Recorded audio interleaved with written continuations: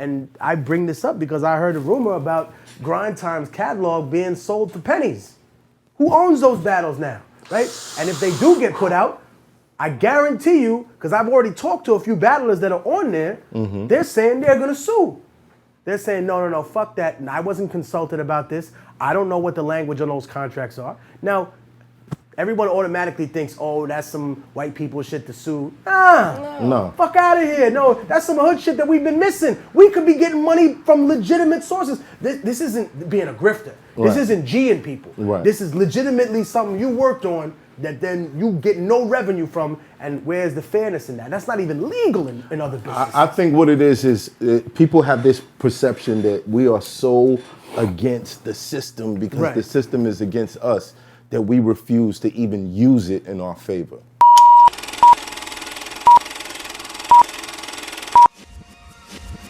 I kick the fucking door off, take the hinges with the door panel and the wall off. Bodies getting hauled off, limbs getting torn off, leg him with the sword off. He looking like a walking dead zombie trying to crawl off. You know what? I had a crisis of conscience the other day. Una crisis de conciencia. I said, what the fuck happened? He said, there was a beautiful lady that was down the hall that kept hollering at me, this MILF. Right? And she knows I'm married, she knows I got a kid, all this. She don't care, she wanna fuck.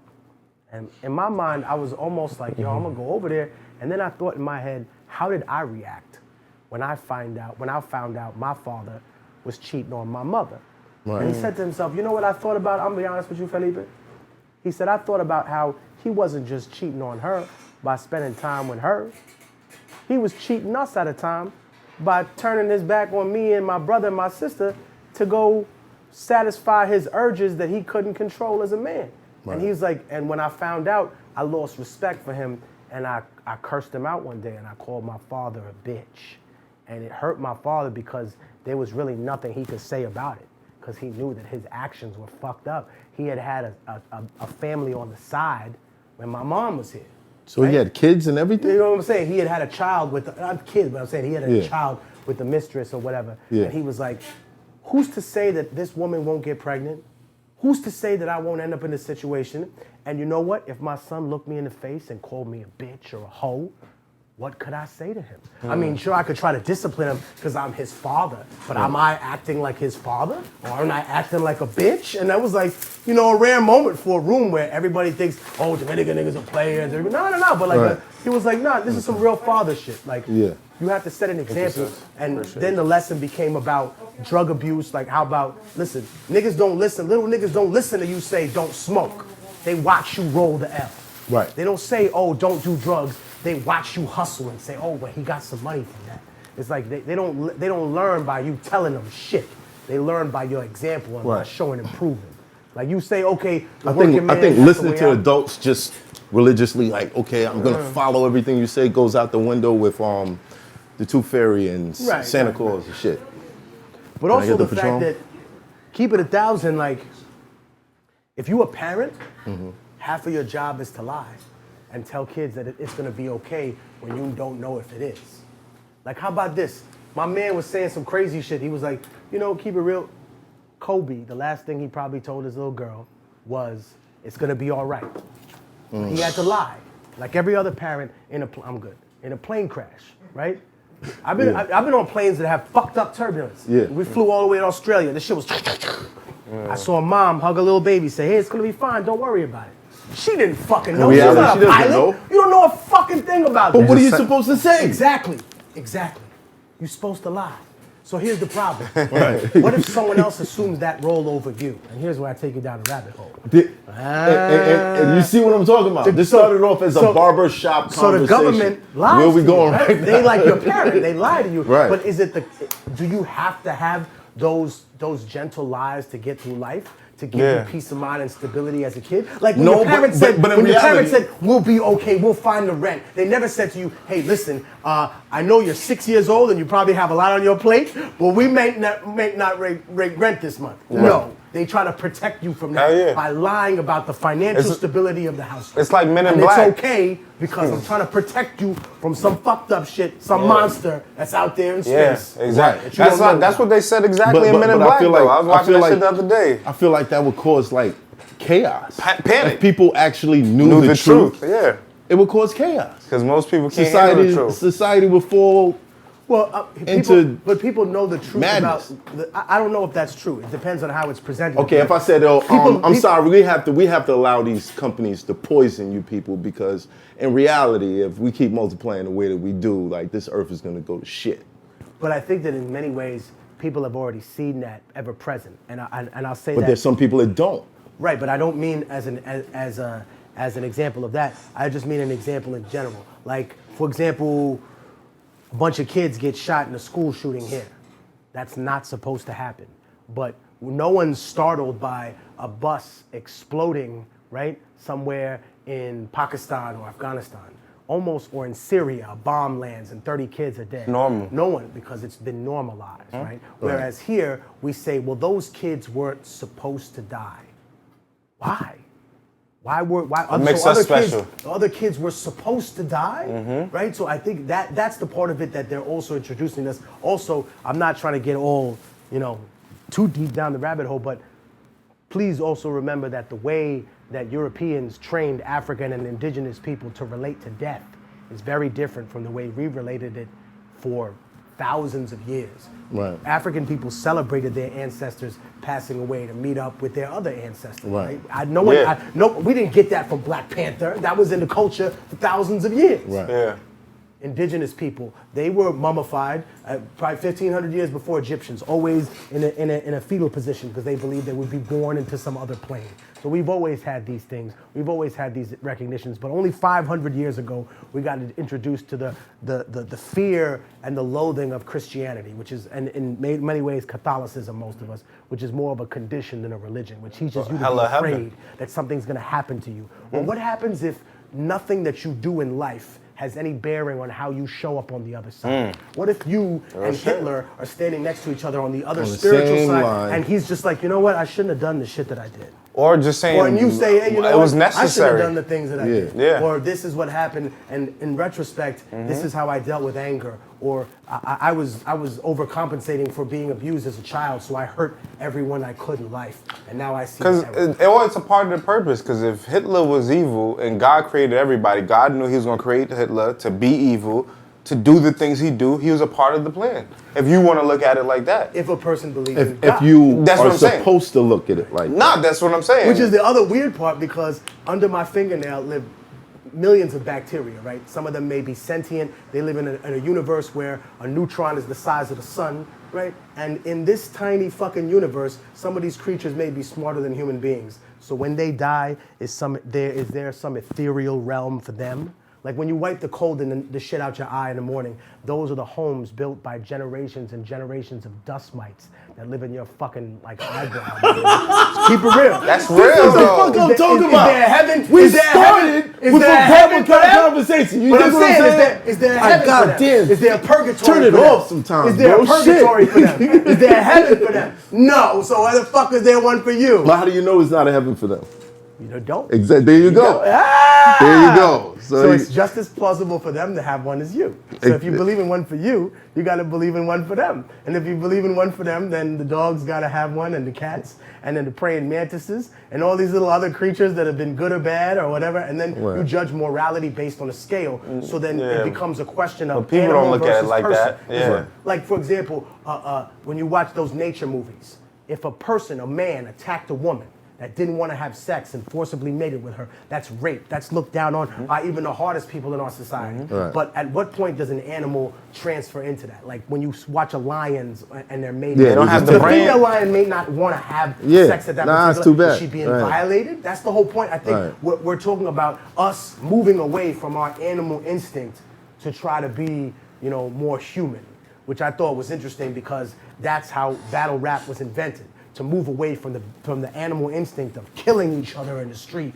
and beating the fuck out of each other, or murdering someone you love along with the other people because they just happen to be there. And now we're gonna settle this with a battle of wits. Now we're gonna settle this with a meeting of the minds, and I'm gonna crush you here in your head and destroy you. The art of fighting without fighting, that real Bruce Lee shit. Yeah, right? no, that's what I mean. So I think it's interesting that conflict is played on that stage. All right, okay. You were filming all that, right? Episode 33. Episode 33. This is master how we're number. starting. This is how we're starting, man. We got the king is not in the building yet. 33, as usual. Salute to all the subscribers, all the new subscribers. Thank you guys. We hit 70,000 subscribers. Yeah. We're at episode 33. Yeah. Clap it up. Clap it up. Clap it up. If you're interested in being a guest on the show, hit my expert opinion podcast at Gmail. And let's just get right into it. Knowledge born, what's the science? You know, we here with the God, man. We have a legend. We have a legend. I mean, I don't even, man, there's so many parts of his legendary status to me before I learned all the other things, all the other attributes to this man that makes him so great amongst the masses. He was a legend to me. You feel what I'm saying? And I'm humbled to be able to call this man my friend. However, having a normal conversation with this guy just doesn't exist. It doesn't exist. He's gonna educate you on some sort of level about something. And I appreciate that, bro. Thank you. Immortal Technique is in the building. Real talk. Moral Technique, my expert opinion. Yes. Let's rock. We're here. All right. You were saying that continuing on from this, it started with attempted adultery to a history lesson, and you flowed down the path to your own reflection in your family, and then on to the dust mites that live in your fucking eye. The cold. And the cold in your eye. So here's an interesting thing that we were talking about, me and Poison Pen, since you're wearing a Laker hat. Yeah. We said the evolution of battle rap is similar to basketball in a sense, but reverse, because in the past, I remember, do you remember that year before the Bulls went on their run when Isaiah Thomas and the Pistons beat the shit out of Michael Jordan, and he came back all bulked up? Yeah, I was very young, but I remember. Oh! Look at it. It's in the building. All right. Oh, no, it's all good. All good. It's all right. It's okay. Get mic'd up. We over. But you remember, you could hack in the paint, you could beat the shit out of people. Now you cannot do that. Right. And the reversal is true in battle rap. In the past, you couldn't touch somebody. You couldn't be in their face. You couldn't spit on them or pocket. That was ridiculous. If you crossed the red line, you were done. Right. Right? And now it's almost moved to where those things have to be a part of it. You have to consider that in order to see if someone's going to try and use that to psychologically throw you off your game. Right. In other words, it's presented a new angle of focus that a person needs to have. It's no longer you just spitting your rap. Now I have to spit, juggle, memorize things, memorize the nuance, the emotion behind what has to be said, and deal with the clown who's trying to distract me. Doing everything that he can with physical attributes. And guess what? When it's his turn, I get to do it the same thing. And we'll find out whose mind is stronger. But it's interesting that, there's more regulations now in ball, but there's less regulations now in battle rap. You could do anything. I see people dunk on each other. I thought that was hilarious. I gotta disagree. I started that, but I gotta disagree. Why? Because these things. There's less regulation, you think? No, what the things that you see on stage are definitely don'ts in the contract. Right. It's more of the fans have come to a point where they're kind of attracted to that type of stuff, and the battlers do it. And if it doesn't start a problem, it's cool. But there are no consequences in the contract that have been enforced, have they? No. So far, no. Of course not. Because you can't take someone's pay away from that. And what I think is good about that is in this era of battle rap, everybody gets paid. Right. Hopefully. Hopefully. But this is what I'm saying. In the past, only the champion, only the person who stood among the 16-man bracket got paid. So 16 people were in the battle, right? And then after the first round, 8, and the second round, 4, the third round, 2 people, and the last was the champion. And only the champion got paid. Wow. That was an absurd structure. Only one winner. Right? Only one winner. Right. Nobody else wins. And guess what? There are no trophies and no cash prizes for second place. Right. Which was perfect for New York City.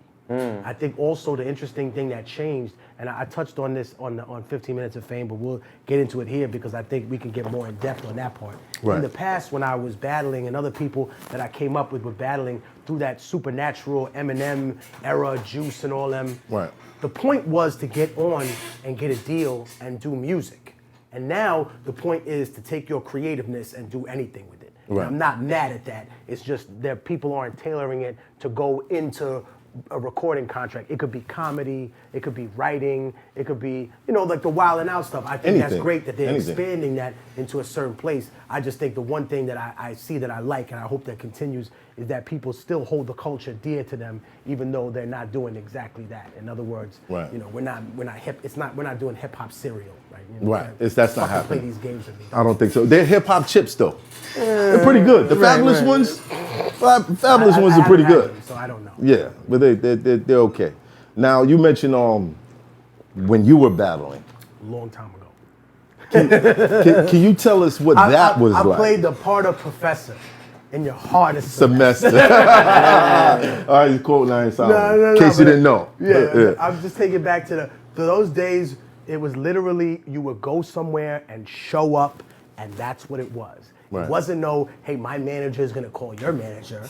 Then they'll call Smack or ARP and they'll book up a price. Right. And then we'll fight. Nah, nigga, I'm gonna show up on your block. If you're not there, I'll harass the people on your block. I'll tell them that you're scared of me. Right. And then when you show up, we'll start battling off the top of the head. Right. And that'll be it. And I think while that was cool for satisfying a person's ego, right. when you're freestyling, you're not gonna get nearly the same amount of bars that you will when a person is actually thinking and crafting, which is why I told people when they asked me, would you ever come back to battle? I said, listen, if a person who's even a legend didn't study and take some warm-up fights, anyone could get washed by a middling person, right? Anyone could get washed by a middle tier, even a low tier person that everyone thinks has that type of skill because you're working in a different format now, which is why I always say, and when I see people come back, we talked about the soul this thing, when I see people come back, I always tell them, please take a warm-up fight.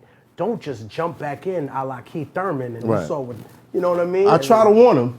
You gotta take a warm-up fight, or at least be on the block and have people attack you from left and right. Okay, get in the danger room. Right. But don't go from your fucking 14-hour shift job to think that you can hop back in the thing. It's not the same thing. The fastest swimmer in the world, that's great. You don't know how to play water polo, my dude. Yes, you can get up and down the court faster than anybody else, Jackie Joyner Kersey, but you cannot play basketball. Right. So what are you doing? You're gonna run down there and shoot a fucking air ball. Whereas another person is gonna make it slightly slower than you, but have the skills to fade three people and dunk. That's what I'm saying. And I think it's because if you talk about it and look at it that way, since there's no gatekeeper in hip hop, why would there be one in battle rap? You know what I mean? So anyone can just decide that they're gonna become part of it now, and now they're seen as legitimate or equatable with everybody else who's in the culture. Because essentially what you have to do is get a good writer to write for someone. Right.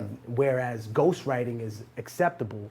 Now, no one cares, or who the fuck cares if he wrote the song? Is it hot? That's what people ask. Yeah. And the same thing is probably happening in battle rap now, where people always are gonna get some kind of we still care to a certain extent, to where nobody's openly admitting but everybody that they gets have a lines. ghostwriter unless they get caught. Everybody looks at somebody else, and you know what? If I could be totally honest, a person would have to be stupid to not bounce bars in a big match to say, hey man, is this hit hard enough?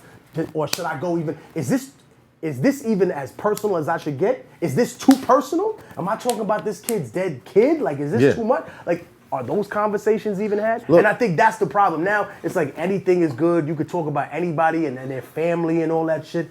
I think that is something that honestly didn't exist in my era. And what's really funny is if the kids want to do research, there's a battle that happened between an MC named Presence and someone else, and it was the first episode that I seen them really confront what racism was, because this battle, it was, where was it? It was at a venue called the Bumbershoot, I think, in Seattle, and it was basically like he went off and made all these like these references, and they were super racist about Asian people. And then someone else came back and made references about black people in the battle. And I saw it, and the audience rejected it at that time. And it's funny to see the contrast now, because racism is something that's not seen as taboo in a battle. Whereas in the freestyle era, I remember there were people that, you know, got up on stage, and I remember Mobb Deep was hosting a Blaze battle event. And a girl told Shout out someone to Blaze else, battles. Right. They said, Yeah. yo, I'll tar and feather you like the KKK. And it was just a freestyle. But then people were like, there's a white MC that said that to a black MC. And it was like, people started booing this person. And people knew who that person was. And they weren't like a Nazi. They just said some stupid shit. But it was like, nah, you're a rap. Whereas now, it's like, dude, I've heard the worst things, you know what I mean, out of somebody. It's not even somebody saying the N-word. You don't even have to say that. I've heard people say some extremely racist things in battle, and it's just seen as whatever. It's just another punch to throw. So that's another interesting difference. Well, I don't think that it's ever been racist to the point where you can get away with saying something like that. Like, we had a white battle rapper who decided to use the N-word, and he immediately got punched in the face. Well, he for caught it. a love tap. Let's not say he got punched in the face. Yeah, it was a love tap. But I was happy about it. It's like, good. He got smacked in the mouth. Yeah.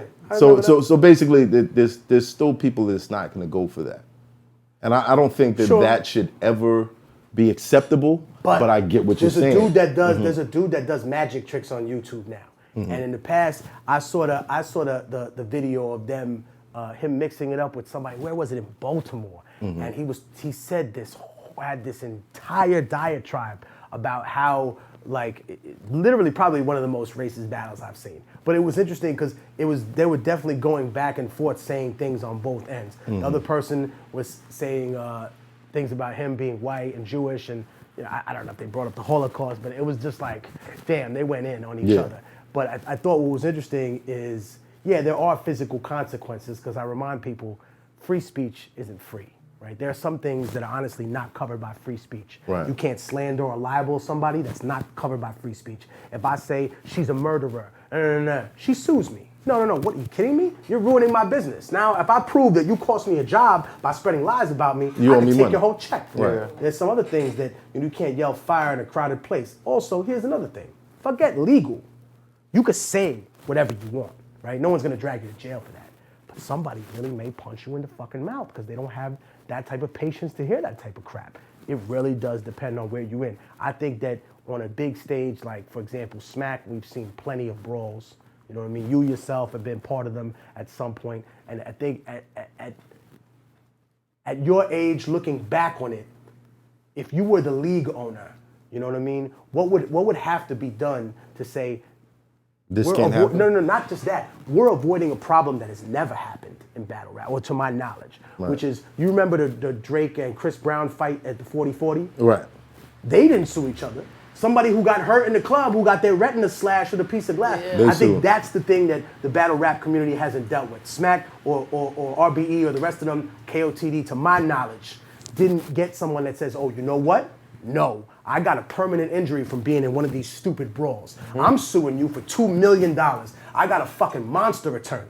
Fuck this. That's the thing that's really probably gonna wake people up. And I hope it doesn't get to that. But I'm saying, you as a person who's been in the mix for that, what's the solution to, what is, in other words, it answers Swave Sever's question too. What is the restore order move from a person who's been personally involved on all ends of this and been in the mix? I think that there is no resolution to something like that. Well, not resolution, but there's no preemptive trying to figure out how to make this not happen, because just like any other sport, and we do look at battle rap as a sport now, tensions get high, people's emotions are involved. Okay. Like, that's like saying, what are we gonna do? Somebody two-piece this basketball player. Right. How do we stop this? You can't stop it to stop because physical humans fights are on involved. But there are consequences. There are for touching a player. consequences, Remember we right. talked about how the league I was got banned in the 90s. Remember how we talked about how the league was in the 90s? You could hack in the paint, no fouls. Now, flagrant. You're out the fucking game. Right. So I get it. You're right, those. But one other thing that I thought about now that we're just talking about it is, in the era that you mostly battled in, I noticed something that was never around in our era: security. security in the club in the 90s was bullshit. Them niggas was getting high outside. They didn't give a fuck. Right. Nowadays, I actually do once in a while see a security guard on stage. Or somebody else. In your expert opinion, is that window dressing or does that actually prevent it? Like, is there someone that's, or is that someone that just deterrent by looking the at it initiation like, of it? I'm No, get the cops that's not going to over me? prevent it. Will it stop it from getting worse? Yes. Okay. But you got to remember, I got banned for about 3.5 years. Right. So if that wasn't a lesson to anybody, then I don't know what to say. But it wasn't because people still had fights afterwards, plenty of them. And it all depends on where you fight at. But all these situations are around specific key elements that make you say, well, yeah, this was gonna happen. If we look at the Murder Mook situation, okay, his mother just passed, opening bars, your mother's bitch. Okay, emotionally, he kept it together. But he didn't do anything until the person He didn't do touched anything, him. right. So now you compound that with, now I'm touching you while you're rapping. Which is supposed gonna to be happen. okay anyway. No, it's not supposed to. No, is the pocket taps and all that? That's No. not supposed to be If okay? I'm rapping, Oh, okay. He grabbed why his are you neck or touching something, me? Yeah, like he's bumping him and doing stuff to him. Like, that's not supposed to happen. Yeah, it's some crossing the line stuff that I feel happens. like the only way to all the stop time. it is to tap their to take from their pay. That's it. It's like if you do it once and you're hard on it, like if you do this, if you breach the contract, then you won't get paid and stick to it, then people will start realizing, well, damn, I'm not gonna get paid. But since the habit of, oh, like I got into a fight, I still got paid. Right. I touched him, I still got paid. Since that trend is running, then no one's ever really gonna feel like it's gonna hurt But them. at the See, same it's time, interesting. nobody comes back and says, Right. oh, I did it once. Oh, time to do it again. No, but Next battle, I'm doing a roundhouse. But she brings up not an happening. interesting point. In boxing, you could throw low blows. They'll deduct The the point. point. But if you get disqualified from the match, you forfeit your purse. If you throw enough low blows, Yeah. or if you rabbit punching, or you shoving, or you biting a nigga's ear, Right. you get disqualified. When you get disqualified, your purse is forfeit. You could lose the fight. You could get Right. knocked out the ring. Everything. You still get paid. Well, to be honest, I think Lose the people purse. only do it enough to generate some sort of attention. Like you look at Cassidy and Arsenal. Arsenal does this in the first round. Or blowing Grabs him smoke by in the people's shirt. face. Oh, he shook him too. Grabs him by the shirt. Yeah, I saw it. Okay, no, none of that. That was absurd. Doesn't happen anymore. Yeah, it could have but went. it happened. It could have went out of hand too. It could have got Cass could have swung on him. The Yeah, whole and they thing could had have got their shut down. entourages with them. Yeah, It it could've got got real real I think crazy. you just got to be prepared for the consequences if you're the type of person to walk into a battle and say, I'm going to do this, I'm gonna cross the line. purposely. Yeah. I'm gonna call your bluff. I'm going to... Whatever. So back to the original point. Let's say a fan goes there with their girl or something, or some people, they get hurt in a melee. Do they have the right to sue, right? Who are they suing? The league, The league? Not the, the battler. building, The league. Battler, everything. the league, Yeah, Right. you can sue the building. So here's a everything. question I have. What is the league's position on insurance? These people have to have something, right? Or are they really tightrope walking out here? Do y'all really not have insurance? Like, you No, know what's funny? As a there- performer, there's definitely I have to insurance. buy insurance Right. to be on it. What type of insurance is there on that? That has to be some. I think you would have to ask the league owner. You But know I'm what? pretty sure Next it time they have exists. a league owner on here, ask them about the nuts and bolts of how this shit runs. What kind of insurance do these people have to pay to get motherfuckers in the building like that? Because Right. God forbid somebody get hurt on the real shit. That's not what we want to see. We Yeah. want to It's see not- somebody it's not get what we their wanna feelings see. hurt. That's what we heard. But let's not act like, oh, we're so holy. We don't want anybody to touch each other. The fans like this shit. Everybody That's why loves a it's mosh pit happening until so your daughter's frequently in it. now. That's my point. Yeah. It'd be one thing, but you're talking as a person who went to see, who watches the battle rap, who's been in the mix, who knows a lot about the streets. Imagine a parent looking at it. Like I sent my 19-year-old child to a hip hop event. Not a fucking slam dance party, not a brawl. Right. This shit broke out. And mind you, people don't stop being your father once you turn 18. That's cool. You know what I mean? Or your mother. So when you're 27, 28, you end up in a fucking hospital. Who got to go see you? Well, that What you depends gonna on- tell them? that- Oh, battle, I did it for the culture. Yo, make sure the culture pay the bills. Nah, they gonna say, no, nigga, you gonna pay them bills, man. Okay, when Metal World Peace was running around punching fans in the mouth, those parents didn't feel like, oh, we went to a basketball game. I didn't know this was gonna happen. Those were bad parents. They were like 50 years old. Those were the parents starting to fight. That's the fucked up part. When the parents are starting to fight, then it's not even the kids no more. You can't. Then there's no adult in the room. Right. That's my thing. So in this sense, in battle rap, who is the adult in the room? I think we all are to a certain extent.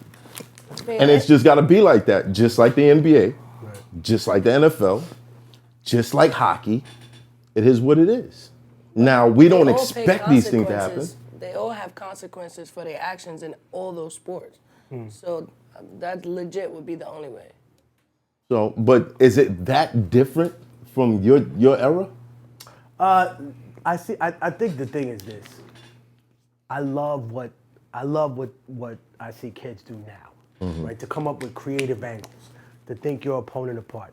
I honestly think it's more exciting to hear the content of that than off the top the head bars that are just thrown together that you may get a few punchlines that hit.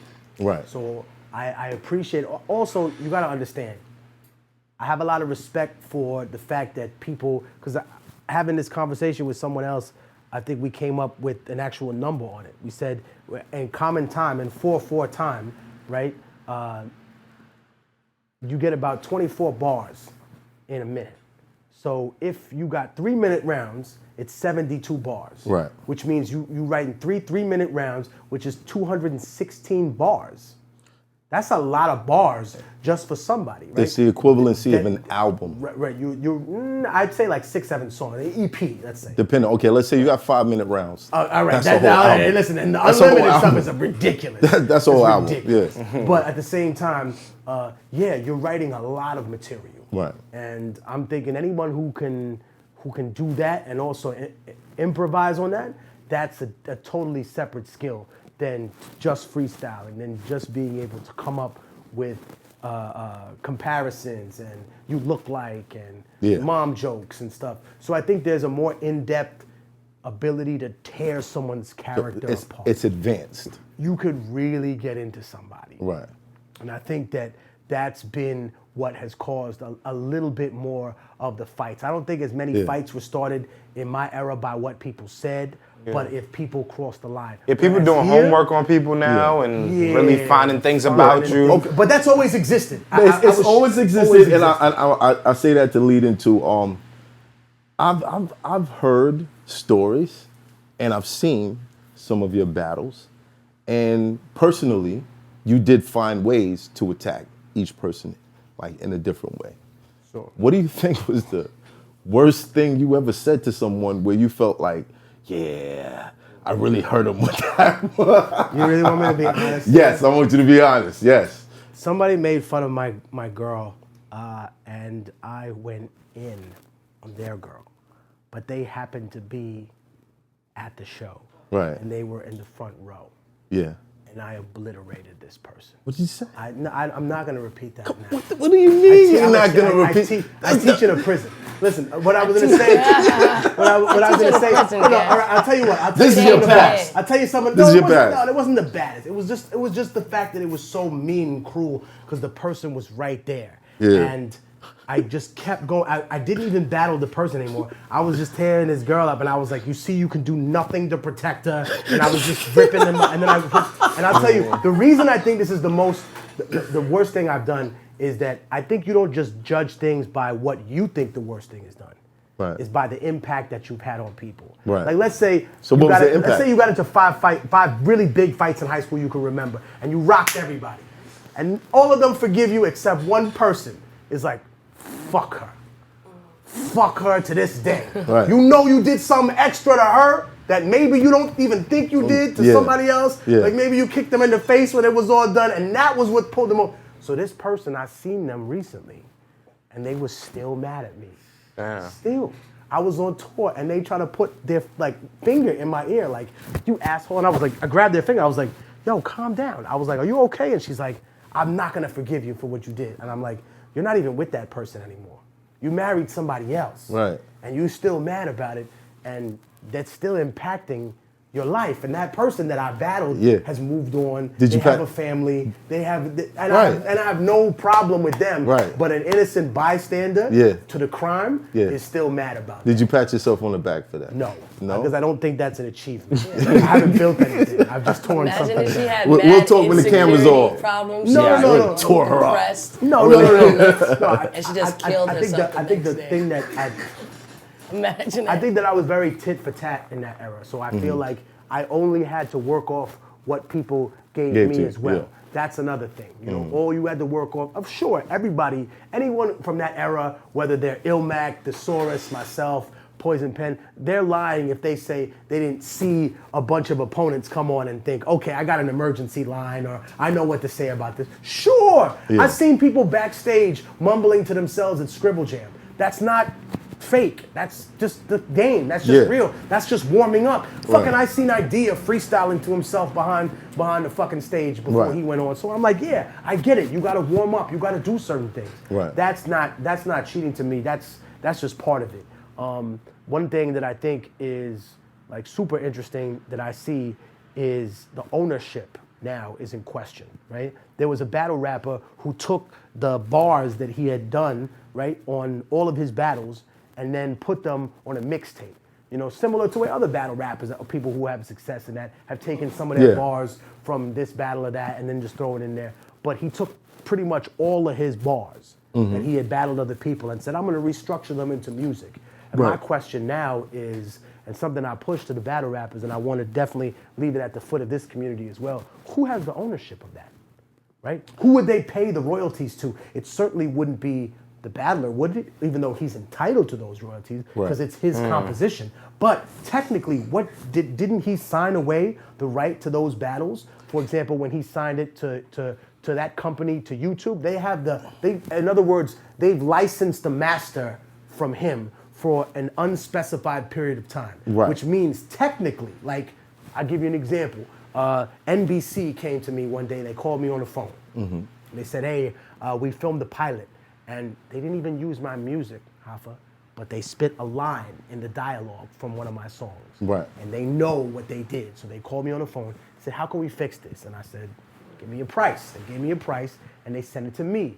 If they picked a punchline that you or Hollow or Lux or somebody said, and they wanted to put it in a movie, who would they pay? Would they pay you? And also, if they're paying you, does the platform get a cut? Or do you get a cut of what the platform gets? I think we're getting into a conversation that we've been having since, I'd say, Summer Madness 1. Right. On the intellectual property. Like, who owns what we actually write? Once we spit it in a battle, does it go? And that depends on your contract. And I think a lot of battle rappers should be reading their contracts to find out like what it is.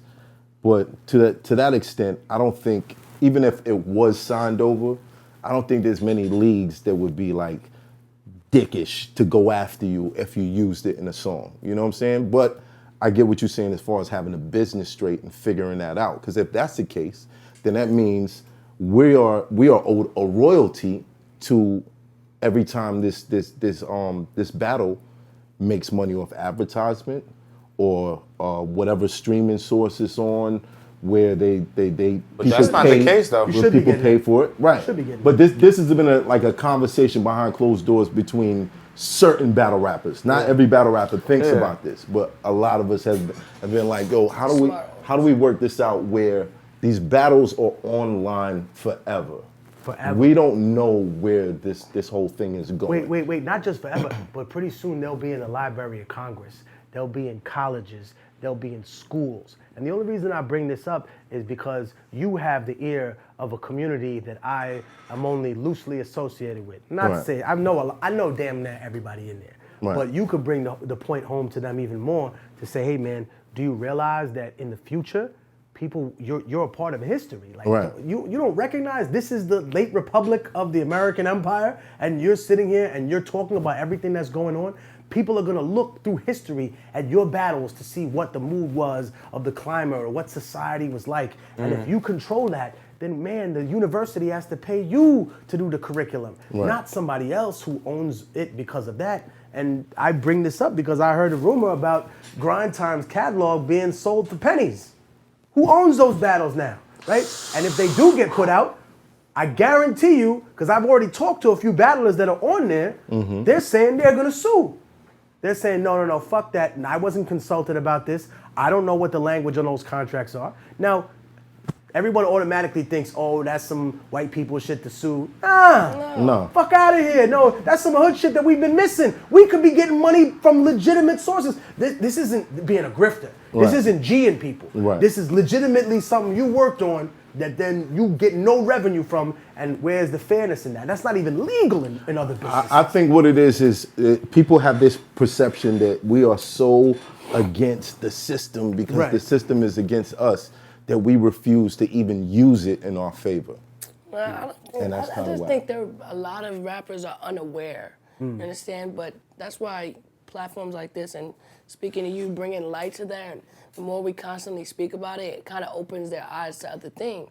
Because even when I talk to battle rappers about things, things like that, contracts, what does it entail, what royalties and things like that. It's not even something that they even thinking about Right. because all they want to do is be seen. In a way, One of their jokes wait. ends up in a movie. Wait. It's worth $50,000. But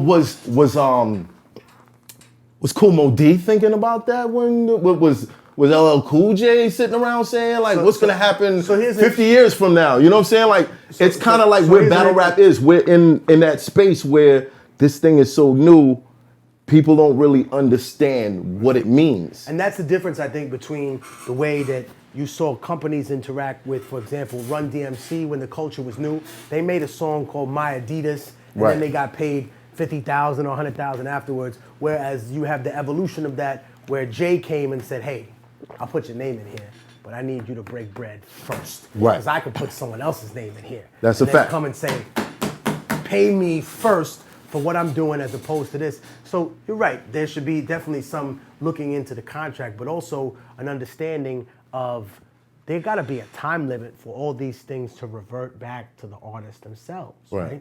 Like, if this is what you're doing as a career, as a young person, everyone gets a pension. The pension comes from all the views and the history and you having some ownership. I'm not saying if you got paid and they paying you for everything. Like I remind people, the industry is grimy because people don't pay attention to what's being paid for. Like I know people who are managers and they'll say, how can someone be someone's manager and take 40 or 50%? And I say, well, hold on. If someone's paying for the studio time, they paying for the beats, they paying for everything, they giving you a stipend to live, they paying your rent, then obviously they made it possible for you to be able to do the percentages go up with responsibilities. Right. If you want nothing from them, if you want nothing from a label, if you write a book, kids, and you don't take no upfront, it's just like the Rap Game. You don't take no upfront money, you can make $4 or $5 a book. But if you take the upfront money, you're gonna get 60 cents a book, and that's it. It doesn't matter what it is. Whatever you don't take upfront, which is the real question, what if battle rappers said, I don't want any money up front. Oh man, I want ownership of this. I want a percentage of the company. I want pieces of the. I want a piece of the some pay per battle view. rappers, very few, but some of them have pieces of the pay per view. Situations Right. like that. I know. I think Hollow does. But on a grand. But those are only the big dogs. On a grand scale, they're not thinking about that. Yeah, most people not. Most battlers not. Everybody just wants to perform and be seen. But they got to think about their retirement. A lot of battle rappers are addicted to that first half. That deposit. Yeah. So if anything, then the league owners own everything then. Well, I mean, hey, I think someone. They own all that intellectual property. I think you're absolutely right. Yeah, according to the contract. Yeah, if I'm a league owner and I pay you for a Here battle. you go coming through trying to start a battle rap revolution. Wait. There are three things: the masters, the publishing, and the sync license.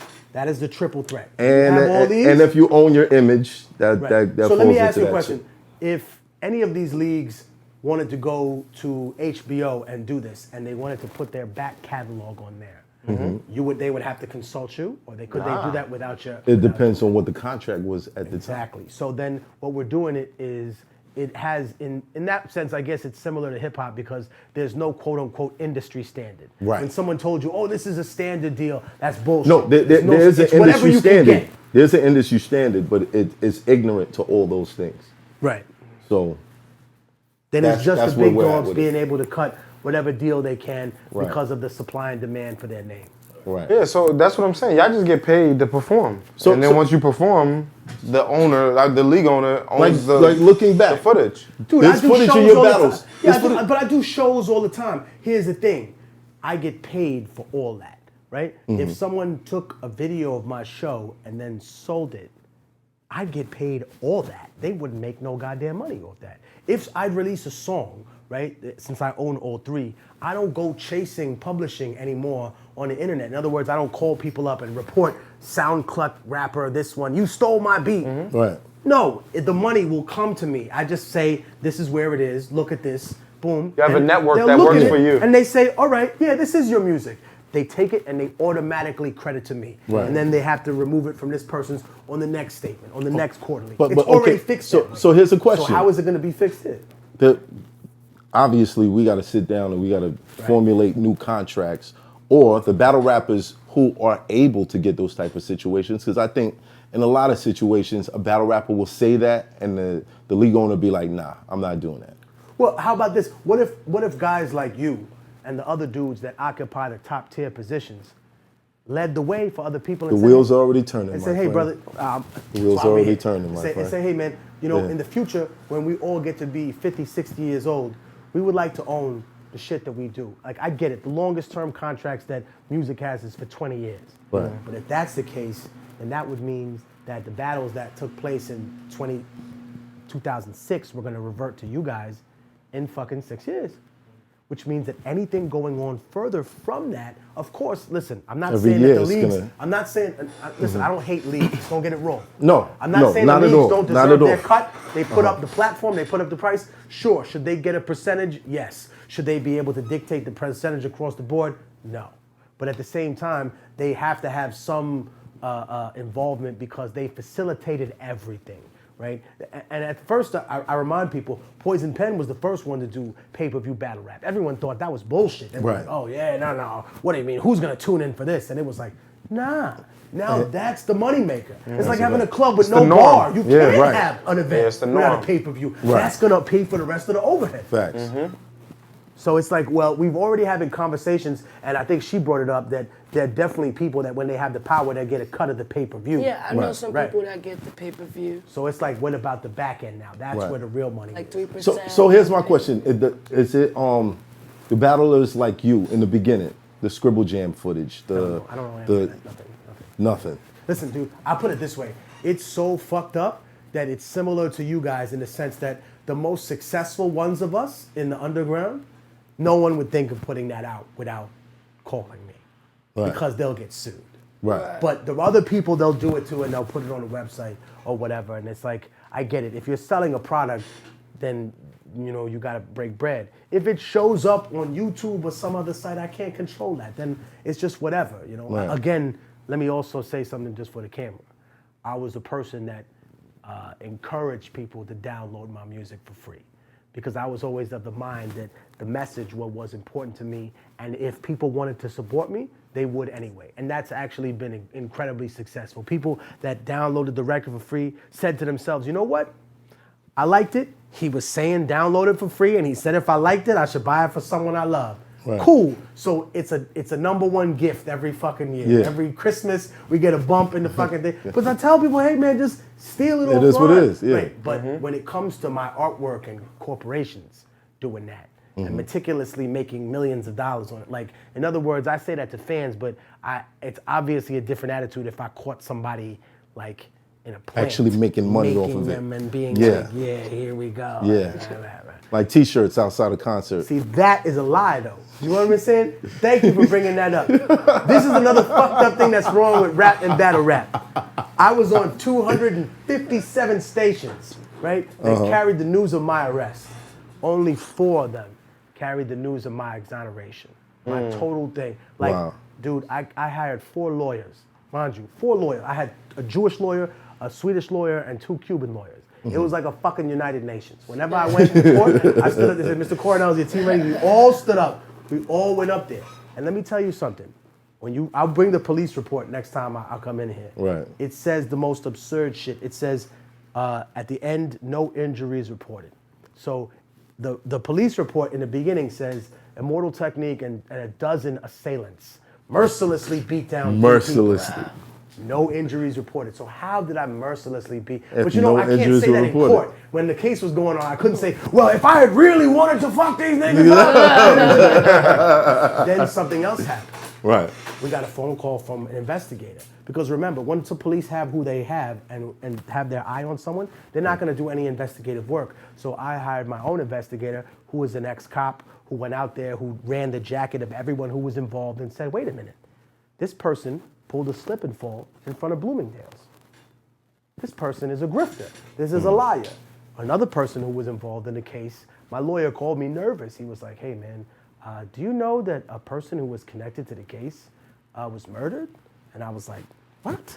He was like, yeah, there was a murder in TJ, and it looked like a drug deal going bad. And I was like, yo, man, I ain't kill nobody. Yeah. Fucking shit. I With some didn't even t-shirts. smack this nigga. What the fuck are you think I'm gonna shoot somebody? I didn't hit nobody. I shouldn't even be in jail, right? So, but again, it turned out to have nothing to do with me, again, and the people said this is nonsense. Of course it is. And then these trumped up charges, they just wanted money out of all this. They wanted me to go there, have court dates, 11 court dates separately, until they finally said no. Now, we know what this is about. The people don't know what this is about. Right. So maybe roughly about 4 years ago, Right. I was arrested and charged with robbery and assault. And basically, it was really interesting because at the time, I was in the middle of a very successful tour, one of the best ones, totally sold out tour. Right. And I think that what affected it is that I saw the way that criminality and having a case affects the people around you. Right. In other words, without naming names, there are people that were in business with me that distanced themselves from me. Of course. And that really bothered me because I was like, man, these people that, you know what I mean, that never had me up in their home. And you start to put it two together. Like, were we really always friends, or was it just business then? And that really hurt me because it was like, you know, if I can be honest here as a man and say, you know, it kind of hurts when you know somebody for so long and it's like, well, wait a minute. Now when I'm on trial, right? Now you choose this time to step away from me. Right. Now you choose this time to turn your back on me. And Right. you do realize that that these people will offer me no plea agreements because they thought they had me by the motherfucking balls. They were like, no, we'll give you 9 months. Again, but what were you accused of? Robbery and assault And this is in from Santa Ana, California. and the situation was Not the first incident too. Right. About 2 years earlier, I did an event with people who were undocumented there, and they were workers, and they were city workers, and they were unionized, and this whole thing.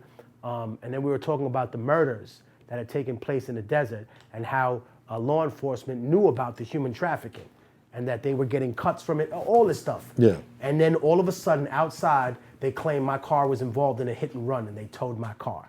I went there with my attorney the next morning, just to make sure, because I show up now with the lawyer. I don't show up with goons. What the fuck are they gonna do? Right. Fuck the cops up? No. But when I show up with the attorney, my client needs to know why his car was impounded. We need probable cause. We need the video of why this happened. right. What happened? I'm sorry, it was a case of mistaken identity, Mr. Cornell. It turned out not to be a car. Unfortunately, we can't waive the towing fee, so we'll have to charge you the $300 for holding your car in the impound overnight. But there will be no formal charges. Have a nice day. This isn't my first rodeo with Santa Ana. I know how they are. They're one of the most conservative counties in America. Right. So me going there and talking about this, me being involved down there with the people who, and I keep it real, it wasn't, this is, everyone who rolls with me is down with this type of shit, even if they not from the same community. Right. So take a Poison Pen.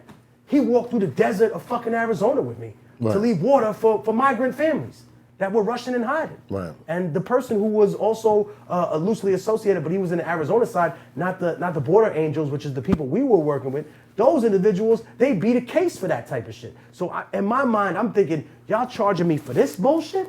Like, I know what you're doing. You're ignoring the activist work that I do. Right. And you're coming after me for some trumped up charges to make it look like I'm a criminal, like I'm a bad person. When you know that I teach in a prison, you know that I'm not a person out here starting random fights in the street. You know me from the battle scene. I'm always a person that advocates for conversation rather than confrontation first, because I don't want to see too many people kill each other. I'm a person who is incredibly vocal, especially on the West Coast, about not promoting anti-blackness in the Latino community, because they want us to kill each other out there. That's their fucking plan, and now they make it plain and clear. And that's not the future I envision for myself. I know people across the board in the activist community out there, because the racial relations are very different on the West Coast than out here. And I'm committed to that. So to not highlight those things and to slander me like I'm a thief in the night, like I need $100 from someone. No, come on, bro. But this is over T-shirts? Allegedly, yeah. Allegedly. This is what this was about. We don't know what the case, which is why I remind people when you get in the public light, do not randomly think that there are no consequences even for the smallest thing. My attorney told me at the end, he goes, listen, I know you didn't have anything to do with this, but you can't even be near this type of stuff anymore.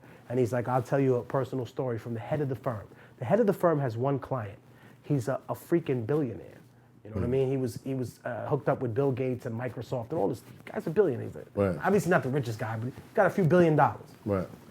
Him and his wife are somewhere, and they're on a bike, like those little 12 speeds.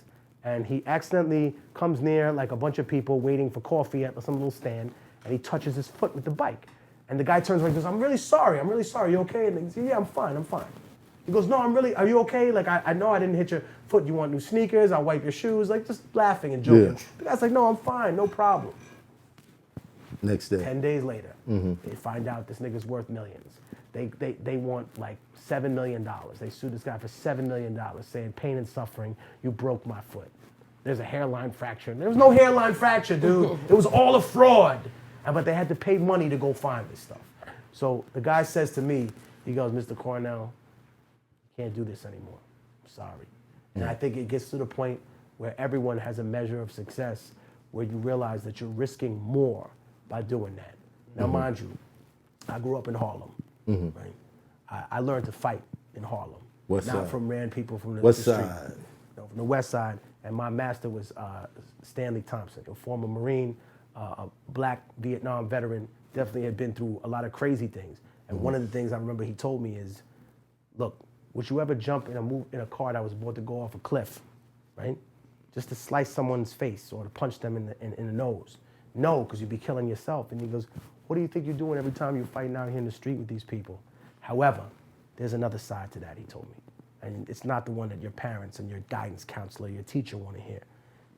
He said, in life, you're going to find someone like that.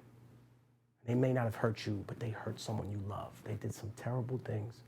And you're going to want to get in that car and you want to rip their fucking eye out or stab them in the heart and say, take this fucking with you for what you fucking did to my family or me.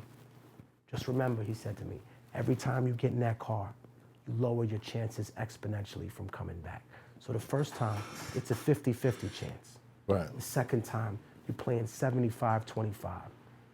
And the third time, you have less than a 15% chance to make it back to your family. And now you have to ask yourself what's worth more to you. Revenge of the people you love. And that's the real lessons you learn. Yo, that sounded like an ill-ass movie. It definitely did. Nah, that sounded like, yo, like, but you realize, do I get him or do I don't get him? Like, this, you know what I mean? This is the art of war, which I think is also interesting because I know, you know what I think is really interesting? A lot of MMA fighters and boxers watch battle rap. A lot of athletes watch battle rap. And at the same time, a lot of soldiers watch battle rap also. I asked them, I asked every fighter that I ever met, who taught you the art of war, right? Who taught you that a wounded enemy is more dangerous than a man who's healthy sometimes? Like, who taught you how to respect people's weaknesses? Who taught you that you don't defeat a man by exploiting the weaknesses? You defeat someone by turning the strengths into against weaknesses. him, So who teaches you the art of war? I think it's interesting because it's not just who taught you how to rap on stage as a battle rapper. I would be interested in seeing who was a person's swag mentor. Like, who taught you the self-confidence, in other words, that you need to be on stage? Where did you get that from? Not just the bars, but who taught you? I don't wet this person at all. I solidified my spot with gorillas. Who were the gorillas that said to you, I'm going to teach you how how to solidify your spot. Because essentially what you're saying, I solidified I can stand here and you can't move me. Not by intimidation, not by your words. I'm not moved by your words figuratively. Right. I'm not moved by nothing you're gonna do like physically. Right. Someone taught you. Who was that person in your life? Or who were those people in your life? Wow. If I it would be a list of people. Name one.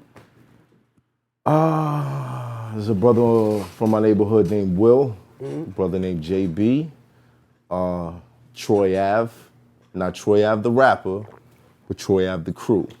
They were from our hood and they moved a certain way. Biggie, Tupac, 50 Cent. You know, like you just pick things up along the way. It's never just one person unless that person is just a stable in your life, like your father, your uncle, or someone who's gonna be around. You kind of pick up pieces from everything that you see.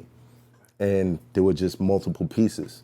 Because the one thing that I always remind people that say, oh, battling is whatever, anyone can get it. I remind people, one thing that I think is really overlooked, and you know this for sure, it takes a lot of self-confidence to get up there. And for someone who's used to having self-confidence, you don't realize how terrifying that is to the majority of people that are actually watching this. The majority of people now the would thing be is, dumbfounded in a room full of like 800 people booing you, screaming at you. Like, I remind people, it's like being the opening act. Right. I've been the opening act for Wu-Tang when they're like 2 hours late. Right. I've been the opening act for Rakim when he's an hour and a half. They don't want to fucking hear you. Right? Yeah. And as a battle rapper, if you're not the upper card of people, sometimes it's been 4 hours since the battle. They don't want to fucking hear. But you have to have the self-confidence to walk into a room full of people that don't want to fucking hear shit. Now here's a question. Make them listen. Fit, are you nervous before a battle? Me too. It's there. Right. We just get better at not showing it. I think that's it. I don't really get confidence more so from like people per se. I think I feed a lot off of the fans, right? And like the energy that I'm getting.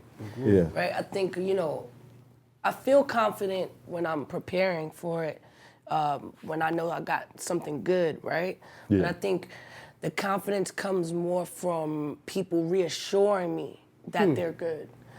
So that's why I feel like during a battle, you can even see it progresses. It just supercharges. Right. And when I said something good and I know it's good, I'm And they just go, like, and I It's just like- start doing things. Like, It's like you start to get you bigger. know what I mean? Like, You know I what I mean? freaking flicked my hair in one battle and I'm like, I don't flip where did my that hair. come from?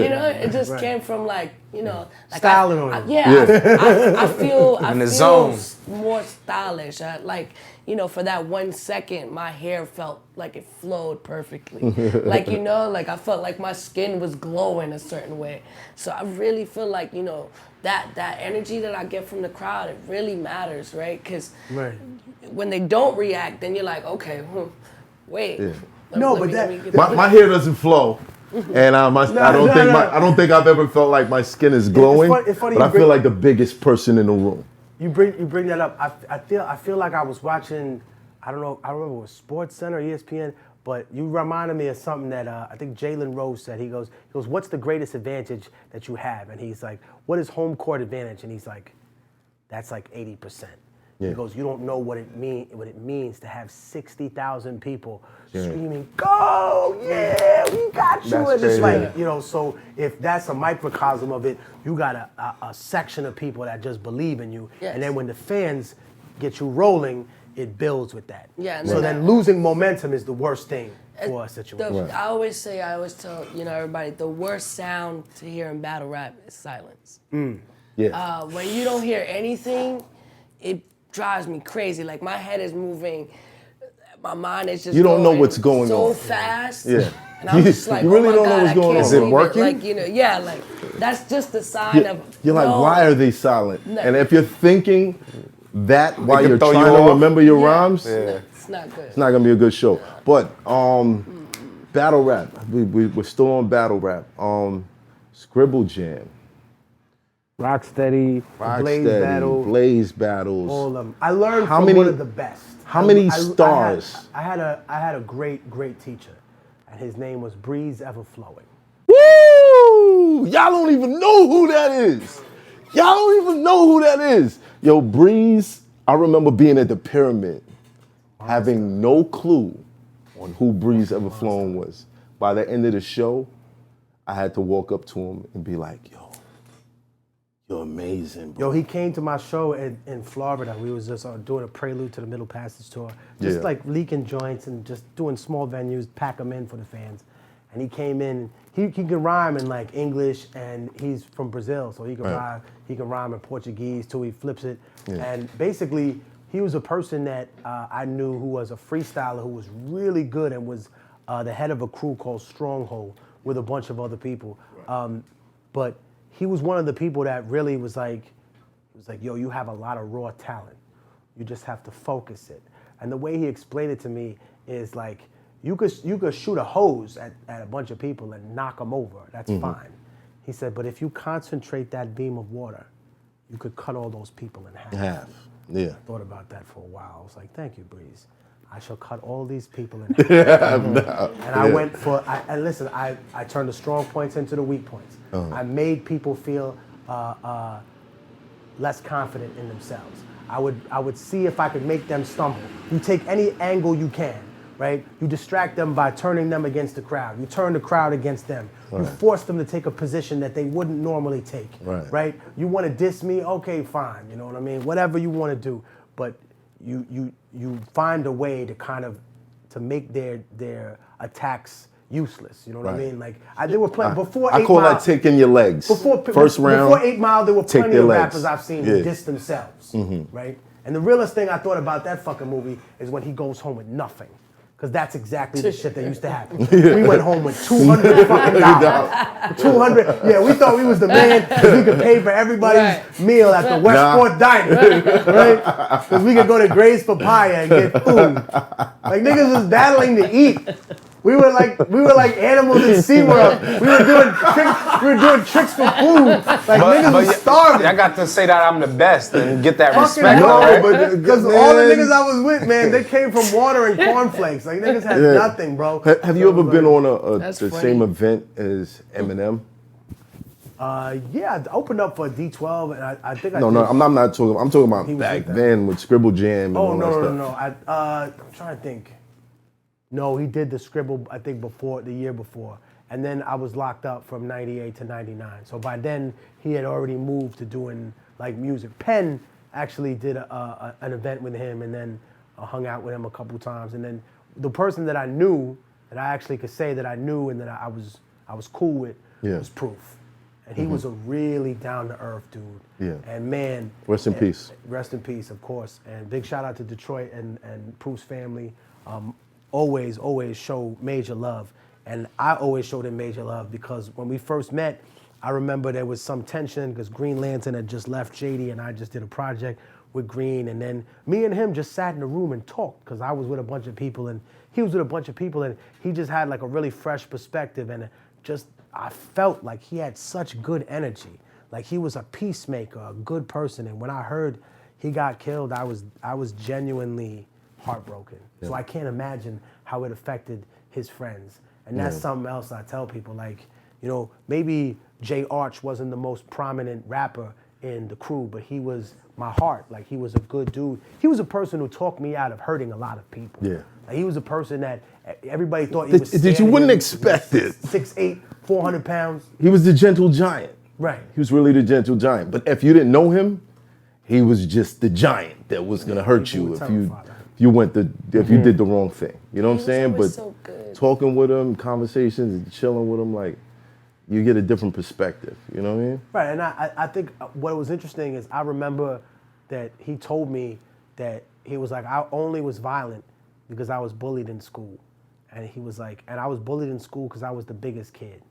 And people always made fun of me, and the reason they got away with it is because whenever I retaliated, they would say that I hit them and I started it. Right. So he's like, everybody would always say I was stupid because I was big, and they would make fun of me because, you know what I mean? Because I didn't have money for braces and shit. Right. And I'd be like, my nigga, I was broke as hell. Niggas used to call me toast and coffee because the only thing I could afford to eat was toast and coffee. 50 cents for coffee, 50 cents for toast. What age was that? You was I was drinking coffee? I was like 14 years old. I couldn't 14, you was going toast and coffee? Niggas Who was drinking coffee? Dude, when I started robbing people, I finally could afford like the lobster fried rice over there on 135th. So I was like, that I literally stole, not just to eat, obviously I could eat at home, but I remind people, they try to charge you at the lunch counter. And my pops was an immigrant, so he was like, here's $1 for lunch and $1 for this. And I'm like, I'm gonna have to spend this $1 getting to school because I'm not gonna make the bus. Then if I have to spend this $1 on lunch or on breakfast, I don't get no $1, I don't get nothing for lunch. Right. So I just saved up them dollars and I bought a weapon and money started flowing. And it was like, hey, everybody was ready to give it up. But no, I think one thing that I always remember about like that time and the people that taught me it is like I say, everybody looked out and I felt like there was a big community. And it was also, if one other thing I could bring up that was different from my era is there were a lot of places where everybody would just congregate that were open. Yeah. Right? Like Fat Beats. I feel like we're People missing would that just now. Be there. There would just be a place where people would be. The pyramid. And then afterwards, it was always a marketplace, right? For music, for merchandise. You could get anything. Right. And it was just, you knew it was going right to the artist. So it was pretty much the most grassroots thing in there, which is also interesting because when I do go to the battles nowadays, that's something I don't see. Right. I don't see enough artists selling music. Once in a while I see merch, Right. but I don't see a lot of people moving music. Right. A lot of battle rappers don't even have interest in making music, maybe which is some kind of other crazy form, yeah. because like every time like a battle rapper's in town, doesn't matter what the battle rapper. I mean, there's a handful that do make music, but I'm always like, hey, you know, come to the studio and let's make music, and it's almost never gets done because they're like, battles. I don't really make There are, music. you know, shout out to Arsenal. There's like a handful. Like I know I like Tay-Rock's music. I know Arsenal Arsenal does music. Hitman. Cortez, yeah. of course, he's really good at it. Yo, Twerk, I didn't mention this in any of the other episodes, but Twerk has a song called Oasis. Is it off the Jerusalem? No, it might be on that project, but I think it's on the Ruin Your Day Avocado, Avocados compilation album. Bro, that's my joint. Dope. That's my What's joint. up, I man? ran it Dope. back so many glad to times. hear that, man. Yeah. What's up? Yeah. Shout out to Twerk. Yeah, shout out to Ray, shout out to Ray. Working in prisons, what made you, I mean, you know, teaching and everything. What do you teach and like what But made before you answer that, because Okay, go I ahead, my bad. want to, you kind of introduced me to that. Where I remember getting a call from you one day and you were like, yo, you know, I do this program for, you know, kids that get in trouble, and rather than go to prison or juvenile detention center, they have to do this program. Would you like to come through and speak? And I was like, yeah, cool. And I met up with you that day, and we went there, and you asked me if I wanted to go first, and I regret not going first because this is a hard act to follow, as you can tell, you know what I mean? And I remember you started speaking to these kids, you know, about values and what society would like them to believe is important, what they spend their money on, what they gravitate to, but what is the actual butter. There's guns and guns and butter. It was kind of like a guns and butter kind of conversation. And I remember you saying to them, look at me, like a fucking bum, don't I? Well, check this out. And you went in your pocket and you pulled out so much money and just dropped it on the table. And I said to myself, I only got $300. How am I gonna compete with this? You know what I'm saying? What am I gonna say after this?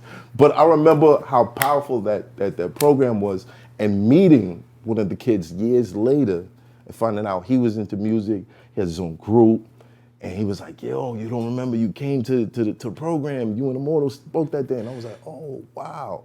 And he's like, yeah, we got a group, we over here, we moving the CDs. And I'm like, yo, that's dope. And I went on to do the same thing upstate New York.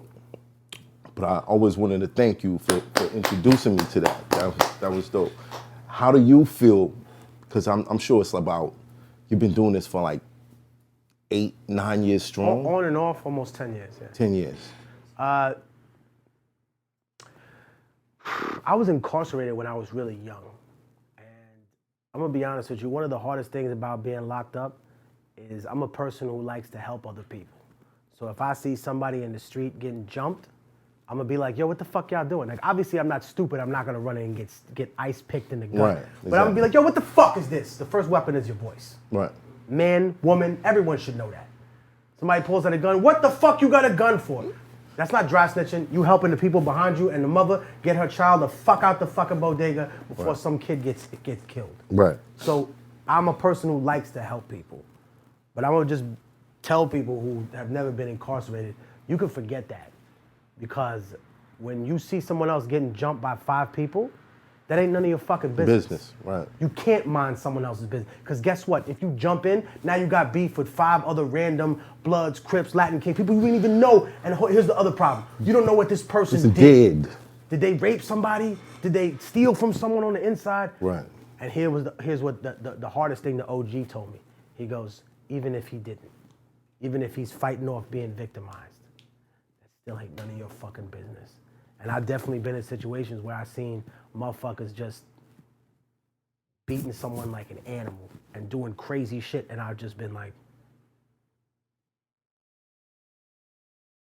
Gotta look and the other been way. like, you know, and it hurts to be that way because I'm a person, like I said, who likes to do things. So I thought to myself, one day I had enough, and I heard some dudes and they were scheming on a kid in the shop. They were like, "Oh, we're gonna get this dude."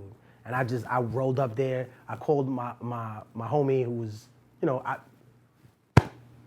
people roll and split themselves up by race in prison, but they're all united by class. Because if any of them had a $10 million lawyer, they wouldn't fucking be there. Which always begs the question from the smartest kid in the class, what happens when there's a millionaire in jail? And I say, he's the guiltiest nigga there because he had the $1 million lawyer and he still couldn't get the fuck off. Right. But people do divide themselves. Right. But it was rare because I stepped out the group of Ricans and I went over to a dude that I knew who I was just cool with, who was blood, and I was like, yo man, they about to violate this little kid and that shit ain't right. And I had enough today.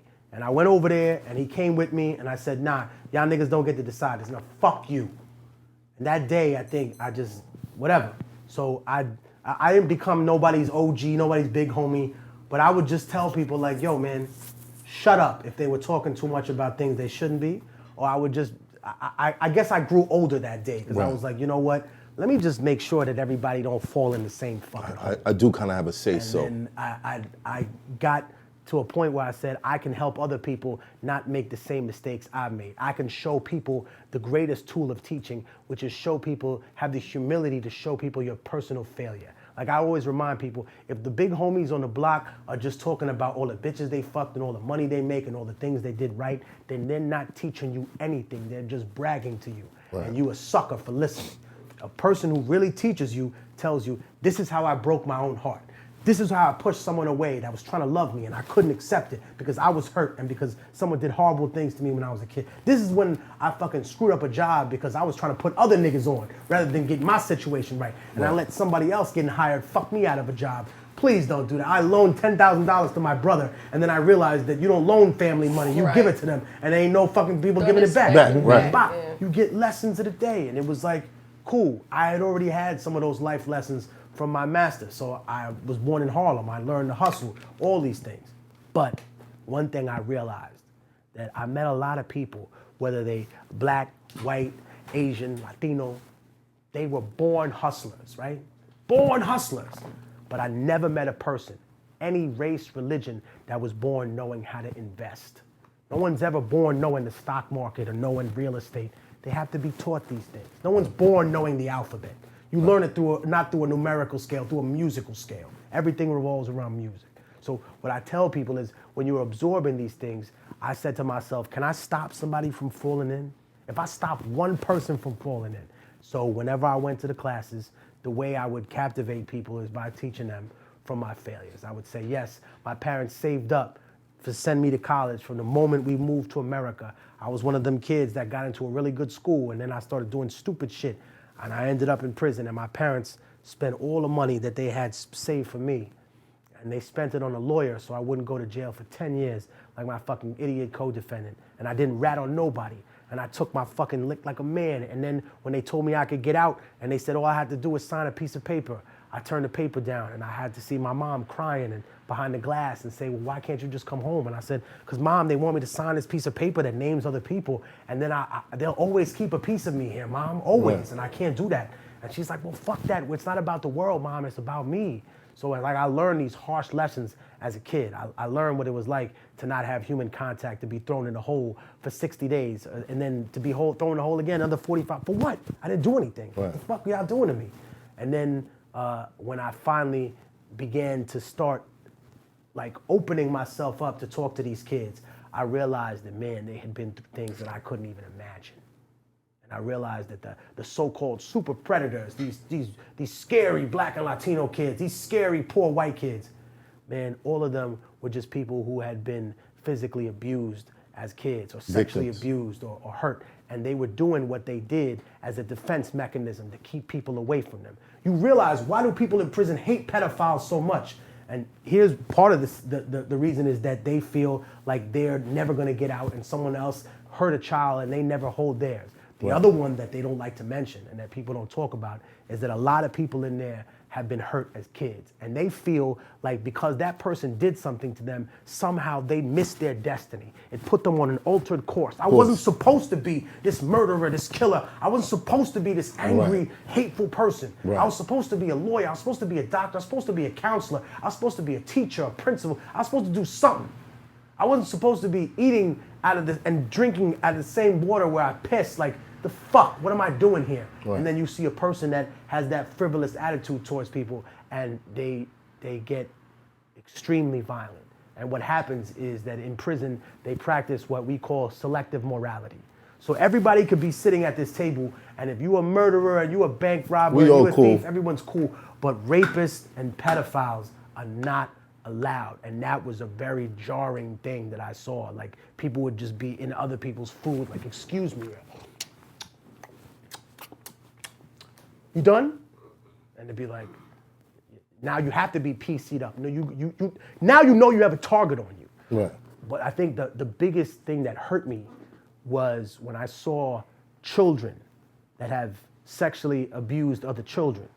And at that point, you're thinking in your head, a 13-year-old, why would a 13-year-old touch a 10-year-old? Like, what are they doing? And then you realize, well, that 13-year-old's been touched since he was 5. Like, he's almost repeating behavior. Like, but at some point, then you have this scale where it says, well, at some point, you have to accept the responsibility of your action as an adult. But at what point does that come for an abused child? Like, an ex-girlfriend of mine used to work in New York prison system where she was taking care of kids that had been arrested for prostitution.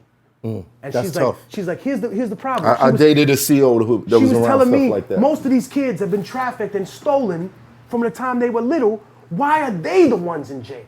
Like, they're a victim of being trafficked. I just did a TV show on Manhattan Neighborhood Network about trafficking, specifically with an officer named Manny Gomez, who goes around and finds people that are trafficked, because he says that the system pays less attention to Black and Latino women that have been trafficked, and also that now when you're over 18, like I said, you don't stop being someone's daughter or someone's son, but the epic is not to take a child anymore. They will take a grown-ass adult, a 20, 30-year-old person, and shoot you full of heroin between the toes, get you addicted, and before you know it, in 2 weeks, you don't know where you are, and you're being trafficked in another state. And it's like, well, what the fuck? This is the same pain and misery these people are going through. And if I can't be empathetic to pain and suffering and that kind of thing, then, you know what I mean? There's not redemption for them. There's not redemption for anybody. Right? So was it your idea to say, well, let me catch them early? Let me do these programs. Let me speak to these kids and just catch them early. Well, I felt like they were more impressionable, obviously, at that age, but also I think that the system when you're a child is slightly more reformatory. In other words, they have all the classes for math, for science. I wasn't teaching math or science. To his question, I taught a program called Confronting Trauma Through Writing. So we would make children write about no names, change to protect the innocent. Just write a story about something. And some of them would write crazy stories. You know, Jamal, older brother, shot someone, but he has 2 felonies and Jamal is 10. So he gave Jamal the gun, and Jamal held the gun, and he went to juvenile hall for 8 months, and now he's home, and his brother's free. But then his brother died like a month or two later. While he was in. Right. So it's like, God damn it. Like what?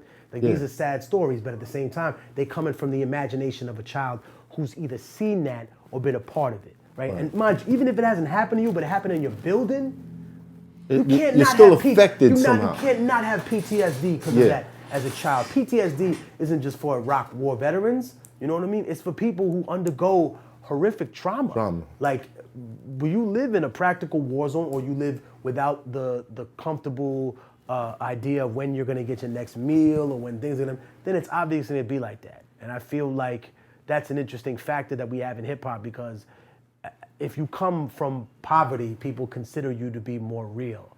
But nobody that's ever been poor will tell you that shit was real. They'll tell you that shit was fucked up. Tough. Right. Is there anybody that you actually, visited or you was help mentor that came home and, got on their feet and like was reformed or anything like that? Well, yeah, I mean, a few people were part of the prison program. We were talking about my friend China Mac. He was part of the prison program when he first was paroled. And it was definitely, he learned. Shout out to China Mac. Shout out to China Mac. He learned a little bit about the music business through me, and then he went on to do his own thing. There were several people that didn't have a career in music, but they went on to get a stable job. And, unfortunately, there are some people that went back because I think one of the other heartbreaking parts, and I appreciate you bringing this up, is that when you look at the bail system, bro, I could have bailed all these kids out. The bails were like $800. Yeah. But I would have to become the primary caregiver and the guard. Kind of like what Meek Mill was fighting with the whole prison reform. If I wanted to, all of them could have got out. That's crazy. And the other part of it is this whole idea of the absence or the mythology, because I say there's a lot of false narratives in the Black and Latino community, this idea of absentee Black fathers, absentee Latino fathers. I'm not saying that there aren't absentee fathers, but when I went and visited and seen a lot of people that are incarcerated, they're not just missing a father. They're missing a father, a mom. They're handed off to some relative in many cases, or a friend of the family, or grandma. So it's not like they're missing a dad. They're missing an entire family structure. Or they have a father and they're missing a mom. But somehow the family structure is restricted in some way from having more people that are there. And one thing that I think is also missing is when you don't have a generational line of people that are in the family, then there's no one to trickle down knowledge and information. Right. For example, we were discussing Malcolm X and what his role would be as an adult to us. Well, then we have to question. We talk about Black and brown fathers just now. What about Black and brown grandfathers? Who teaches the father how to be a father? Right. Who teaches the father, hey, at some point, you're gonna hit this kid. And it's not because he did something incredibly wrong. It's because you lack the patience to deal with it because you're 28 years old. And it doesn't make you the worst person in the world. But you're gonna have to accept this idea of you apologizing to your child for doing something wrong. Right. Because when I hit you back in 1977 and punched you in the face, that was wrong. And I did wrong, and I did some fucked up shit. And I was going through post-traumatic stress from being back from Vietnam and fighting in a war that I should have never been. Just having an honest conversation. Exactly. Where's that generationalness amongst our people? And I think when that's missing, then you don't see knowledge passed down, and it becomes no respect for elders. Fuck those old people. They're fucking dead anyway. Without realizing, man, you be blessed to be their age. Because most of y'all, you don't know when tomorrow is. Some of y'all ain't gonna make it past 28, 29. Some of y'all ain't gonna make it past 19. Yeah. And it's like, you be blessed. You making fun of old people. You be blessed to live 40, 50 years. How does this cycle keep being perpetuated? Well, I think it's because you have very few conversations about what actually causes it. And people are always trying to treat the symptoms and not the disease itself, right? So they try to treat the symptoms. The symptoms are gang violence, prostitution. These are all the symptoms of poverty and inequality of wealth, right? Even a police system, a police system, what it is, it said it on the Dead Prez album, it's true. A police system only exists when there's a massive gap between wealth. Otherwise, you don't need that, When there exists a giant gap between people who have and don't have, then you need to implement a ratio of control in the room. Yep. Somebody to force you from getting out of Somebody line. has to be in there, because otherwise people would say, economics, and people get upset, but it's just true. You can quantify it in very brutal ways. Like, Capitalism, imagine if you needed 3 logs to keep your family warm all summer. 3 logs, just to survive. Otherwise, you're gonna freeze to death. And in my warehouse, I have billions of logs. I could give you 3 so your family won't, because they're just logs. They don't mean anything to me. I'm not gonna miss any of them. Right. But you're gonna freeze, and so are all your kids, and they're all gonna die. And I don't give a fuck. And all the logs are mine, and it doesn't matter. Now, reality. when I see it that way, the person who holds the logs sounds like a monster, like the worst person in the world, but that's the smiling guy on TV who you're voting for. Yeah. Right. That's the asshole who's the president. It's the billionaires That's the walking billionaire around. class who exists. I Yeah. don't care that you don't have enough money to Basically. live. As long as I can get some more numbers in this imaginary video game that doesn't even exist. Yep. Right. It doesn't exist. Countries will starve. Now, this has been a message Right, from you for like a decade. right. You would think they would have got it by now. Right? It's like a decade. I think and you said something earlier where you were like we learned through notes and tones and stuff like that. Was that your goal with all your projects? Like, because I know you personally, so I know that you take time out to actually do research, Right. like extensive research before you write a song. Right. Because you want to be accurate. You don't want to lead anybody astray. You want to misquote anything. You don't want to, you want to be that symbol of you're going to get the facts from me, whether you like it or not. This is what it's going to be. I say to people, as true as that is, I always open myself up to learn and be wrong about things and to expand my mind. And I feel like, for me, the journey started a long time ago. Like, mind you, I was born in a military hospital. I came to Harlem when I was super young, right? I never talked like this when I was a little kid. My mom was horrified when somebody called me a nigger for the first time. She didn't even know it was a white kid. When she found out it was other black people and Latino people, then she had to explain that to me. But I never called myself that growing up. And then someone on the basketball court was like picking teams, and I showed up, and they were like, I got that nigga. I got that nigga. And they pointed at me and they said, you little Puerto Rican nigga, I got you. And I'm like, I'm not Puerto Rican, I'm not a nigga. Like, how I told my mom, and my mom's father is black, so she was furious. And she was like, how dare someone say that to you? And then I explained it to her, and she was like, okay, well, I have to break it down now. Sometimes people use this word. And mind you, I'm like 7 years old. I thought this was a bad word. She was like, listen, sometimes people use that as a colloquialism. They use it to, that's another thing that was interesting in my household. I was never talked to like a baby. I was always talked to like I was an adult, like I had to get shit done. So my dad was super like, he came from the Peruvian military. He didn't want to hear shit. Where your parents from? Peru. Both? Yeah. And he was also like a survivalist. So they would take me out to like a river. Obviously not like like a Mississippi River, but like a small like lake or pond, a stream. And my dad would row halfway through. He had like an inflatable boat. And in the middle of the river, he would make me get out and swim. But he would always be near to make sure like I didn't think. He was always made sure I was a good swimmer. And I never put it in my head. And then I realized later on that the #1 cause of drowning for toddlers and kids is not heart disease, leukemia, it's drowning. So how come people don't teach their kids how to swim? You could drown, at a day camp that niggas from the hood got sent to. Remember the little day camp niggas went up? I remember crazy, freaky shit happened when I was like 8 years old. A girl in the camp, not that day, but the day before we got there, she fell off her bike and she hit her head, knocked herself out, and she drowned in 2 inches of water because her face was in the puddle. You could drown in 2 inches of You water. only need a teaspoon of water Right. to drown. Imagínate. So it's like, I survived so many fucked up, crazy things in my life. So I think maybe the drive that I had was to just not see people make the same mistakes. I've broken my own heart. I've fucked myself out of money before. Right. I don't like to see, I didn't like that feeling. So I want to make sure other people understand that they don't have to bring that upon themselves. You don't have to torture yourself to write good things. You have to live a miserable life to be creative. You can be creative and be happy as well. Right. You just have to put yourself in the mind frame to be able to do it. Sometimes people think that struggle brings creativeness. No, it's a dedication to the continuation of writing and keeping going. And you have something to prove when you're young. You have no accolades, so you spend more time on the craft. It's the focus during the struggle. Dig it.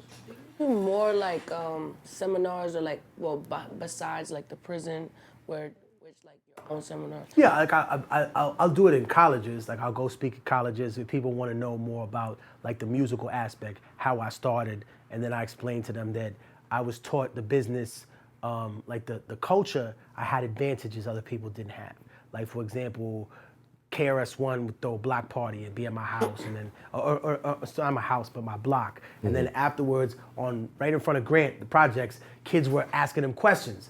We got to ask Rakim questions. Like as a New Yorker, we take for granted the fact that we grew up around so many legends, and you can pick their brain, and other people can only do it through YouTube questions that someone else asks, and it's like I had a first row seat to these people, to Cool G Rap, to Nikki D, to you know what I mean, to Chuck D, to these people who were at the Apollo, because we would just be posted up in front of the Apollo as little kids, like, yo, who's coming in today? Because they would all go through the side entrance. The Banana Republic and Red Lobster, that wasn't there. Anybody who knows Harlem, that place was a fucking lot for like 40 years, and that the lot had a side entrance. So everybody would be in the side entrance. A lot of rappers got at that side entrance. A lot of people got. And it was funny because a few people, I hate to say it, they've been robbed, but they were robbed so nicely. Because it was like, people felt bad. They were like, yo, my nigga, I love your music, but I gotta have that nigga. I'm not gonna say who his name is, but I'll tell niggas off camera. There was a dude who had a very nice chain, and niggas rolled up on him.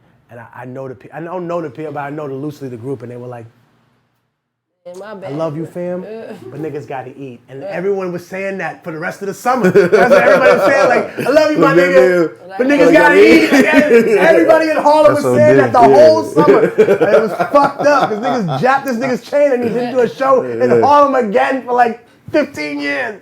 Damn. I just think because your words I'm are trying so... to think. That's Googleable. Your words are so impactful, and like, you know, I speak to a lot of rappers, and somehow, like, every time when your name is mentioned, they can always, like, take at least one quote or something that you've told them. Yeah. So, you know, like, you going to colleges and prisons, I think that's great, but I also think, you know, you yourself can have, like, I would attend everything you do. Like, if you said, hey, every Sunday I'm here. I would advise you to attend the seminars, because personally, you get reminded when you hang around him that he's from Harlem, and he's gonna do Harlemish things to you. I feel like everyone does, but that's what makes us like a double threat, right? It's because, like, you know, anybody I knew who can combine the two, right? Wisdom, knowledge with like street smarts are just like way ahead, you know, myself included. Right. Fig, you're not getting it, but it's cool. I just think, because I think it's dope. I appreciate that, and I think I definitely want to... Flowers, that's No, thank you. Flowers, I definitely. wanted to expand definitely the program to make it something steady, which is why I did it like all summer one time, and then I would just teach a whole semester through. But I definitely would open it up for other people so they could learn not just from the things that I did right, but the things I did wrong. Right. The way that music changed during my era to streaming. People always ask me the one crazy question, which is, how did you maintain the fan base for years without putting out music? Can I answer this question? Yeah, because I think he'd be great at answering it. No. This is something that he told me real early on in my career. He was like, listen. See quotes, man. He said, math. You gotta do the voice. I didn't talk like that. You can follow the trend. And the trend may get you money. May get you a whole lot of fucking money. But guess what? The next time another Joe Smo comes up and he's better at that trend than you, you're out of the picture. But if you tell people the truth. Yo, he made me sound like I'm a villain in a kung fu movie, right? Like, hey, if you don't fucking come over here. You've done the kung fu villain many times in front of me. You've done the kung fu villain many times in front of me. Don't let me talk about that time. Hey, Mav, come over, let's watch some battles and counting the money in front of me. We could get to that, but anyway. He was like, if you tell people the truth, if you give it to them straight up, you speak from here, you may not have all the people that follow the trend, but the ones that do follow you will follow you forever. Mm-hmm. He told me that before I went on tour with him.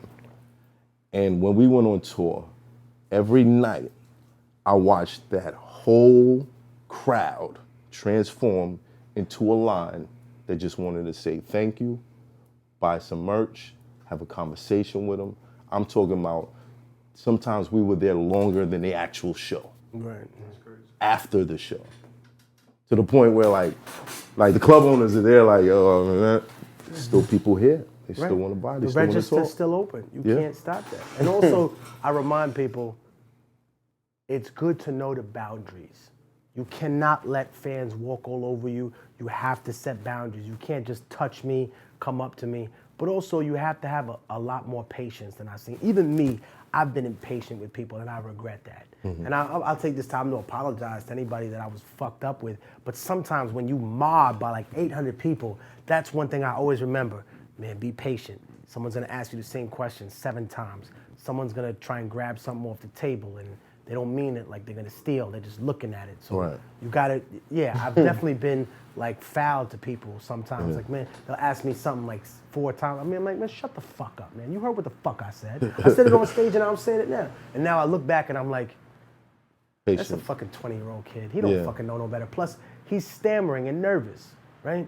Like, I'm from Harlem. I know what it is, bro. I see a little kid running around the street, a white lady gonna grab a purse and clutch her pearls. I look at a little kid running around the street and I'm wondering, what are you running from? Only reason I know little kids running around the street is racing each other or they running from something. You're not running to something, you're running from, you look scared. Right. And that's because I look at people as human beings. Right. And I don't have this fear or not understanding of people. I grew up around everyone, so here in New York was always the melting pot. So I fought every kind of person, you know what I mean? I've interacted with every type of person, whether it was black, Latino, Asian gangs. I mean, I knew everybody when I was a kid. You've pretty much been around the world with this. We went down to Chinatown to buy fucking fireworks, knives, guns when we was kids. That shit was a fucking market. Now you can't buy a pair of nunchucks down there. They're like, no, we don't sell that to people. You can still get fireworks here and there. Right, here and there. Yeah. But uptown, you know what I mean? There's a fucking market in the street. Heroin, here we go. And I'm just, now it's just like, oh, whoa. Now they kicked all the drug dealers off the corner so they could sell it at CVS. Right. That's where your heroin is. They didn't get rid of niggas because they wanted to get rid of drug dealers. They got rid of you because you were competition for the store. That's it. That's why y'all niggas in the Bing. Do you feel like they're gonna do the same thing with marijuana? I think that marijuana is gonna become the new beer of America. I think Budweiser and all of them are smart enough to line up. Coors Light, you notice all these Budweiser people. One other thing that I think is interesting about marijuana industry is that if you look at the people who are getting into it and have bought the licenses early, the majority of them are law enforcement, or they're connected to law enforcement somewhere. Like in California, some of the biggest places that they have, the people that run it are ex-law enforcement. And I've seen the way that they react when they get shaken down. Because whether it's black or Latino gangs show up, yo, you operating in our neighborhood, homie. What about the tax? The blood tax, the Crip tax, the SA tax. You gotta pay something. Right. Okay, sure. Would you like to meet the company president tomorrow? He's an ex-gang intelligence officer. I'm sure he'd love to know your name and know what you're doing. Smart. All right, man, take care. Do your fucking thing. You gotta be protected by somebody down there. Listen, they will shake you down. And I think that business already is interesting because you'll see the way that it operates. For example, you can't move trees in bulk from California to Oregon or Oregon to Washington. Each state is relegated into itself, so it's a closed market. Right. So that's why some places get super surplus. And that's why maybe like, I wanna say a few years ago, the weed in Oregon, like Portland, dirt fucking cheap, whereas you went to California, double, triple the price, only because of the surplus. So now I'm wondering if it is legalized, how are they gonna do that across state lines? Right. And who's gonna have those licenses? And the tax is like 12%, right? It's crazy. The other part is, how can the government pay its bills with drug money when it's spent the last 40 years locking people up for paying their bills with drug money? I think that's the flip side, right? We talked about this, and one of the people I've been working with, a professor named Jim Vredos from John Jay College, who was talking about restorative justice. That was the term that him and a lot of people had began to use. And restorative justice simply means that if the state's gonna make billions of dollars a year, then those cases need to get wiped. People need their voting rights back. people need to have the strikes that are put against them in family court and the inability to see their kids because of this stuff. Right. Those have to be corrected. Criminal cases where people no longer have can't get a job or they have felonies, those need to be stricken from the record. That's what I mean. If they're gonna wipe their slate clean, They should do that for then everybody else needs it. If they're gonna bail themselves out morally, right? Because it used to be a moral failing. That's, oh my God. And in the Latino community, it's 10 times worse. Because these people get shit-faced all fucking day, still go to work. But tu fumaste un poquito, ay, el diablo, oh my God, he's like the devil. We gotta take you to church and fucking pray over you. Shut up. If you were high, then you wouldn't have been doing half the shit you was doing. Right. Right? And then when the shit that some of my relatives say to me trips me out. They're like, what if you got in a car and drove while you were high? Right. And I'm like, what if somebody drank liquor, got into a car, and drove like you do, motherfucker? Fuck out of here, man. You know what's gonna happen if I get high, get in the car? I'm gonna drive 25 miles an hour to Waffle House. You know what happens when you get drunk? You hurt people. Shut the fuck up. Word. It's a big difference. Come on, bro. It's a big difference. So I think that's definitely things that are gonna have to be addressed. I think also the thing that a lot of people are very critical are the optics of it, right? Little white girl starts a business. Oh man, great entrepreneur. Brother started a bunch of weed dealers. You know, Jay-Z, the crack dealer for the rest of his life, right? Which means that JFK's father, bootlegger, for the rest of your life. What the fuck? Like, come on, you can't clear up your shit. You want to play that game with me? Okay, Thomas Jefferson. Oh. Old school Jeffrey Epstein of his fucking time. Country was founded by Jeffrey Epstein. Don't fucking play with me, dude. George Washington. You know, he didn't have wooden teeth. The teeth he had were the slaves' teeth that he knocked out of their fucking mouth, that he wanted to put in his mouth. Don't play with me. Don't tell me about the negativity and the criminal history of our people. I will hold up a mirror and show you the criminal history of this country, which is horrific compared to anything that we've had. And whenever people say, "Oh, get over it," you know, I just seen that interesting meme running around with the whites only fountain, and then they show you the same dude, and he's not that much older. He like he less than he's younger than my father. Wow. And he was born in that era. And I remind people that the reason why I think I've had a lot of success with shout out to my brother Rizza Islam on the West Coast, talking to people, is because individuals have approached me and said, well, what have indigenous people gotten against fighting black people? Nothing, right? What did being a Buffalo Soldier get you? They told you was gonna get the right to vote in the early 1800s. They didn't get to you till 1967. Right. America didn't become a democracy until 1960, and it's still not. Right.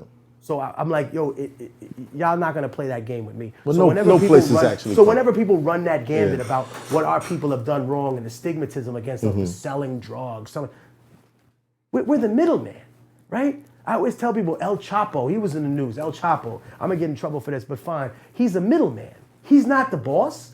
He represents the middleman between the cartels of Mexico and the American cartel. When I say the American cartel, I don't mean a guy with a sombrero and a fucking mustache. No, an American cartel is run by a white guy, a guy who has friends on both, I don't know his name, but a guy who has friends on both sides of the aisle, who has access to legal drug and pharmaceutical companies and illegal stuff. You know, it's not a mystery that we invaded Afghanistan and heroin production goes up 95% to the highest it's ever been. That's not a. For those who don't know, Afghanistan is like they make a lot of heroin out there. Right, and you know, my country, Peru. Here's another funny one. You've heard the phrase Colombian drug lord many times in the American lexicon, but you never heard Peruvian drug lord. Why? We moved 20. Well, not we. I'm not. Peru moves 20. About, I would say, between, depending on the year, about 25 to almost 35% more heroin than all the other states of South America combined. Cocaine or heroin? Cocaine. The reason that it's not as discussed is because we have Peru has a direct deal with the cartel of the United States. And the Colombians have always had to go through Mexico, which is what gives them all that extra shit that goes along with it. Right. Meanwhile, drop off in the Virgin Islands, drop off at a military base, drop off here, right? When your militaries are like this, it's gonna happen, and at the end of the day, you just need some method of control. And people realized a long time ago, we're going to have to control these 400 million people who live in this country. Hate the government or like it. It's an achievement to control 400 million people and have them in the same place and not destroy one another, right? Anyone ever throw a party at their house? And you involve alcohol? You did some clean, you know what I mean? That's some clean. A government got a party with 400 million people going on, right? As much as you hate them or think what they're doing is wrong, I always tell people, before we imagine revolution, just be prepared for anarchy and what that costs. Because that's insane. No government, no nothing, the full total breakdown. And that's why I remind people, that's why people revere Malcolm X so much, because he was a person who took all those things into account. He was a person that just wasn't doing blind, reckless shit. He was like, yo, there are gonna be consequences. When the revolution finally does start, there will be people who get killed on the front line. There are people who will have to die. There are people who will have to sacrifice. We'll have to find a contingency plan to protect the women and children. That's how this works. Right? It's like, oh my God. Now you're talking about the nuts and bolts of revolution, right? Che Guevara, a controversial figure. What's the difference between him and other people? He actually said, if someone gets condemned to execution, right? They have to face the death penalty, and I gave them that sentence, I'll be in the firing squad. Right. Some people found that barbaric. Is it any less barbaric than Arnold Schwarzenegger, who killed Tukey Williams by signing a piece of paper, but didn't have the courage to pull the lever himself? What is the difference, right? And I guess that's where you get into the nuts and bolts of a human being, right? Yeah. But I mean, are you less of a murderer because you ordered it rather than pulled the trigger? Not at all. Ah. However, there's a detachment. It's just like the people who launch missiles from drones A corporate are not the same as the people who shoot bullets from guns. Right. They don't feel the same guilt. They don't feel the same like a video attachment to what happens. Yeah, it's like I hit this button, something blew up. You can see it, but you have like, to you know. face it. Yeah. Which is interesting about warfare. Like in the past, in order to go to war, you couldn't go unless a member of your family led it. Like if you were the king, you couldn't just send a dolce. It had to be like your son or you. Right. And I think what was interesting about like the development of warfare is that we've been getting farther and farther apart from each other. We started out real close, and we saw what war cost us. You know, arms, legs, limbs, cracked open heads. Right. And we didn't learn from that. I think that started with democracy. That's where the separation started to come. Where we're just the ones making the decisions.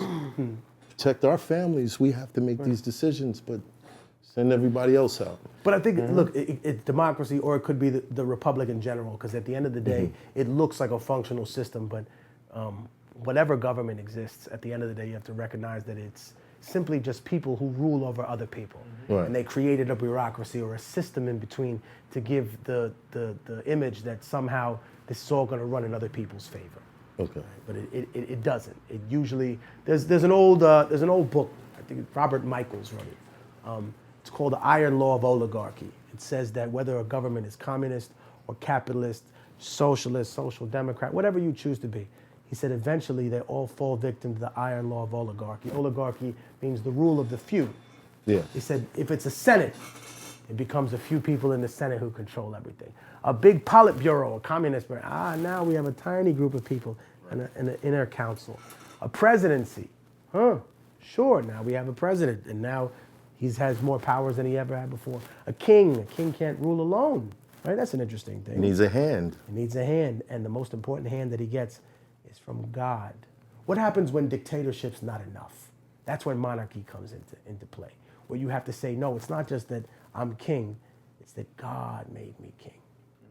That's Or I'm God. Right, and then people get involved in the control of fear and repression not being enough. It's not enough for a human being, I think. I think the ultimate control is that idea of faith and then what a person actually believes, because I think a human being I've met from all around the world, I've been everywhere, the Middle East, Asia, Africa, Latin America, and all human beings, if I can study their history, are the same. You can keep them enslaved, you can keep them on the ground, but the moment you take your foot off them, they'll stand up and they'll fight against you. Right. It doesn't matter if it's Britain occupying Ireland, if it's Japan occupying Korea, China. It doesn't matter if France it's or Haiti. France and Haiti. Eventually, you have to stay down there with the people. Because the moment you let go of them, human beings are just wired to stand up and say, get the fuck away from me, get off me. It's like we were bred to be warriors, and it doesn't matter. Even the most calm human being, they see someone being abused in their family, they want to protect them. They have the natural inkling to fight. So you can't just conquer us with that. You have to make us believe in you as an oppressor. We can't just fear you. Right. We have to believe that we wouldn't be anywhere without you. We have to believe that somehow you brought us someone who saved our souls because we were living in ignorance without you. And even if we choose the communist perspective, then we start to believe that our revolution began with a white man in Europe who wrote a manifesto when you came to the dark jungles of Africa and Latin America to teach us the complex concept of sharing. We knew what that was for thousands of years. All right. This is crazy. Oh, man. It's almost done. Yeah, okay. This conversation can go on and on and on. You mentioned Diablo about 5 minutes back. How real was Dance with the Devil? I could take you to the building in Harlem where it happened. However, I always tell people that I changed aspects of the story, obviously. Like I wasn't on a roof, I never raped a woman, like get the fuck out of here. But at the same time, I felt like because it happened in where I was, and because it was a story that I'd heard constantly, I was like, yo, this is like a ghetto fairy tale. Yeah. I gotta tell this shit. But then I realized it's not a ghetto fairy tale. This is a part of this is a part of human history, right? There's never been a song about rape, but at the same time, if we're all alive, here's an interesting thing, we're all related. Every single person who's alive is related because we all have an uncle who never had any kids and a great aunt who never had any kids. So their bloodline died. Right. The fact that we're all alive means we come from some branch that's maybe 2,000 to 3,000 years ago. Right. So every time a man rapes a woman, they're both two people who are alive, and he's raping someone who in some way, shape, or form, maybe is 2, related. 3, or maybe 17, or maybe 175, which is a large number, but represents thousands of years, 175 generations. He's raping a part of himself. And also, one interesting fucked up thing is that we don't realize how many people are the product of violation. In other words, marital rape was only a crime in the late 80s, only became a crime. So as long as you were married to a woman, you could do anything. You could do anything. Choose your property. And I think that's seen through like Roman law tradition. Like if you see in ancient Rome, the man had the power of life and death over his wife and children. In other words, if they felt like they disrespected and they stole from him, he could legally kill his wife and there were no consequences, which is fucked up because a lot of people say that's where the whole Catholic ceremony of the father giving the daughter to the husband, like I no longer have ownership of her, now you have ownership. Right. But again. But the man was always like the hierarchy of the family. Even in the Bible, if a woman made a vow, the husband could disallow it and say, nah, she was bullshitting. You know what I'm saying? Like, don't pay that no mind. And adultery had to involve a married woman. Right. Your husband went out there and he did whatever that was not considered adultery. It had to involve a married woman because there was ownership to it, and that's where the violation came in. But Dance with the Devil being, did you expect like, I'm gonna write this record about this horrible will talk about situation, it for 20 years, 30 years, and this is gonna be like the breakthrough record of my career? Like, all right, if I could be totally honest, the part that surprised me is when I got a call, I think it was 2007, 2008, and someone was like, yo, I want to send you some crazy shit. And I was like, what? And they were like, yo, just watch this newscast. And they sent me a newscast from England. I forget what city, it was like Manchester, Liverpool. Yeah. And they were called the Dance with the Devil Murders. And someone had stabbed someone. I think it was England, I'm not sure, but it was somewhere in Europe. And someone had basically violated a girl that they were somehow related, I don't know if it was a cousin or stepsister, somebody that was related to, and then had stabbed them to death. And then afterwards, the person found out that it was they were related to them, and the person took their own life. And they were just like, yo, this is... And they titled it after your record. And then someone called me about it, called me from the station. They were like, well, how do you feel about this? And I say, I didn't invent this scenario. I said, this has been going on for years, right? Before me, before hip hop didn't invent rape, right? I said, unfortunately, we're talking about something that we're not gonna get rid of until humanity evolves. Right. We'll still be a primitive species. As long as we're still raping people, we're still a primitive species. We're still a talking monkey. A human being, an enlightened creature, doesn't do things like that. Right. And I think that will be that and other things that I see. Killing children at war and thinking that's just a collateral damage. That until we evolve past those things.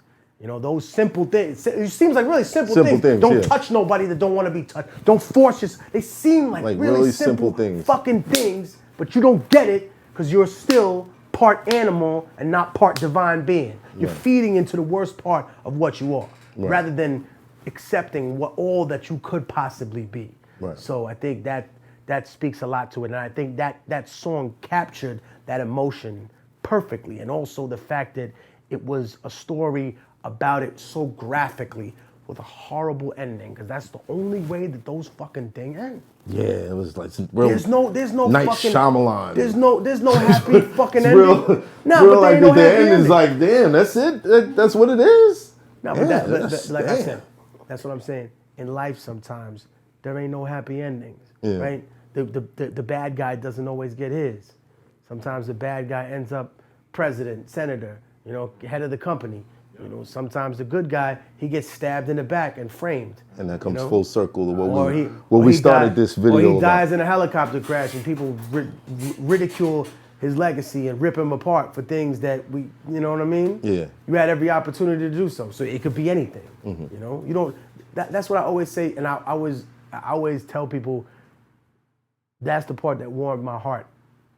If I could be heartfelt, that warmed my heart about Pumpkinhead. Because a lot of my friends were mad when he passed away. Rest and they in were peace, like, PH. Rest in peace, PH. They were mad that only people were giving him his due then. And I said some shit to all of them from my heart. I said, yo, not for nothing. I read when Robin Williams died, who came to my school as a little kid and did a show for a bunch of people, a bunch of sick kids, and then the rest of us, and was just cool, and he made us all laugh. And when he died, they wrote "Clown hangs himself" on a fucking tabloid. And I said, yo, they disrespected this man who was such a good dude, such a good person. And I said to myself, man, they might be giving him his laurels after he dies, but at least they're acknowledging him.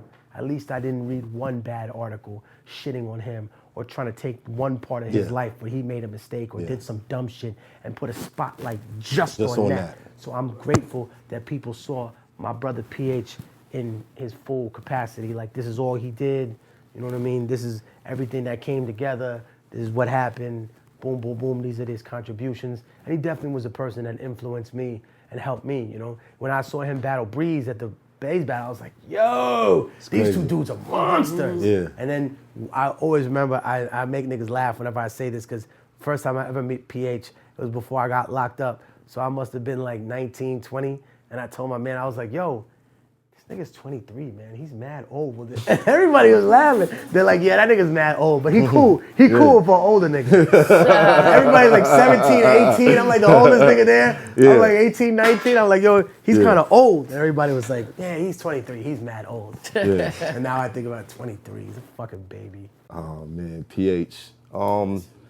If we were to, well, not if. I'm actually doing a timeline on battle rap. And I might need you to come in and speak on some stuff. I would definitely, anybody, especially PH and Breeze and all the people, and help pave the way for people like me. And, you know, shout out to everybody who's still doing it out there. That's a fact. You know, it takes a lot of heart and it takes a lot of encouragement. And just remember, own your shit. Huh? Real talk. Own your shit, motherfucker. That's inconvenient that's for the niggas. message. That's the message, man. Own your shit, man. Own your shit. I want to thank you. Thank you. For coming on. I did want to mention the police shooting. Ooh. I don't know if you got time. Gotta get out of here, but it's all good. We'll talk about that next episode. Harlem Cuts. Harlem Cuts, 2310 2nd Avenue. You come in here, you mention Immortal Technique or anybody else that's been on the show, you get a percentage off of your haircut, right? All right, cool. We out of here, man. Let's get it. I kick the fucking door off. Take the hinges with the door panel and the wall off. Body's getting hauled off. Lips getting torn off. Leg him with the sword off. He looking like a walking dead zombie trying to crawl off.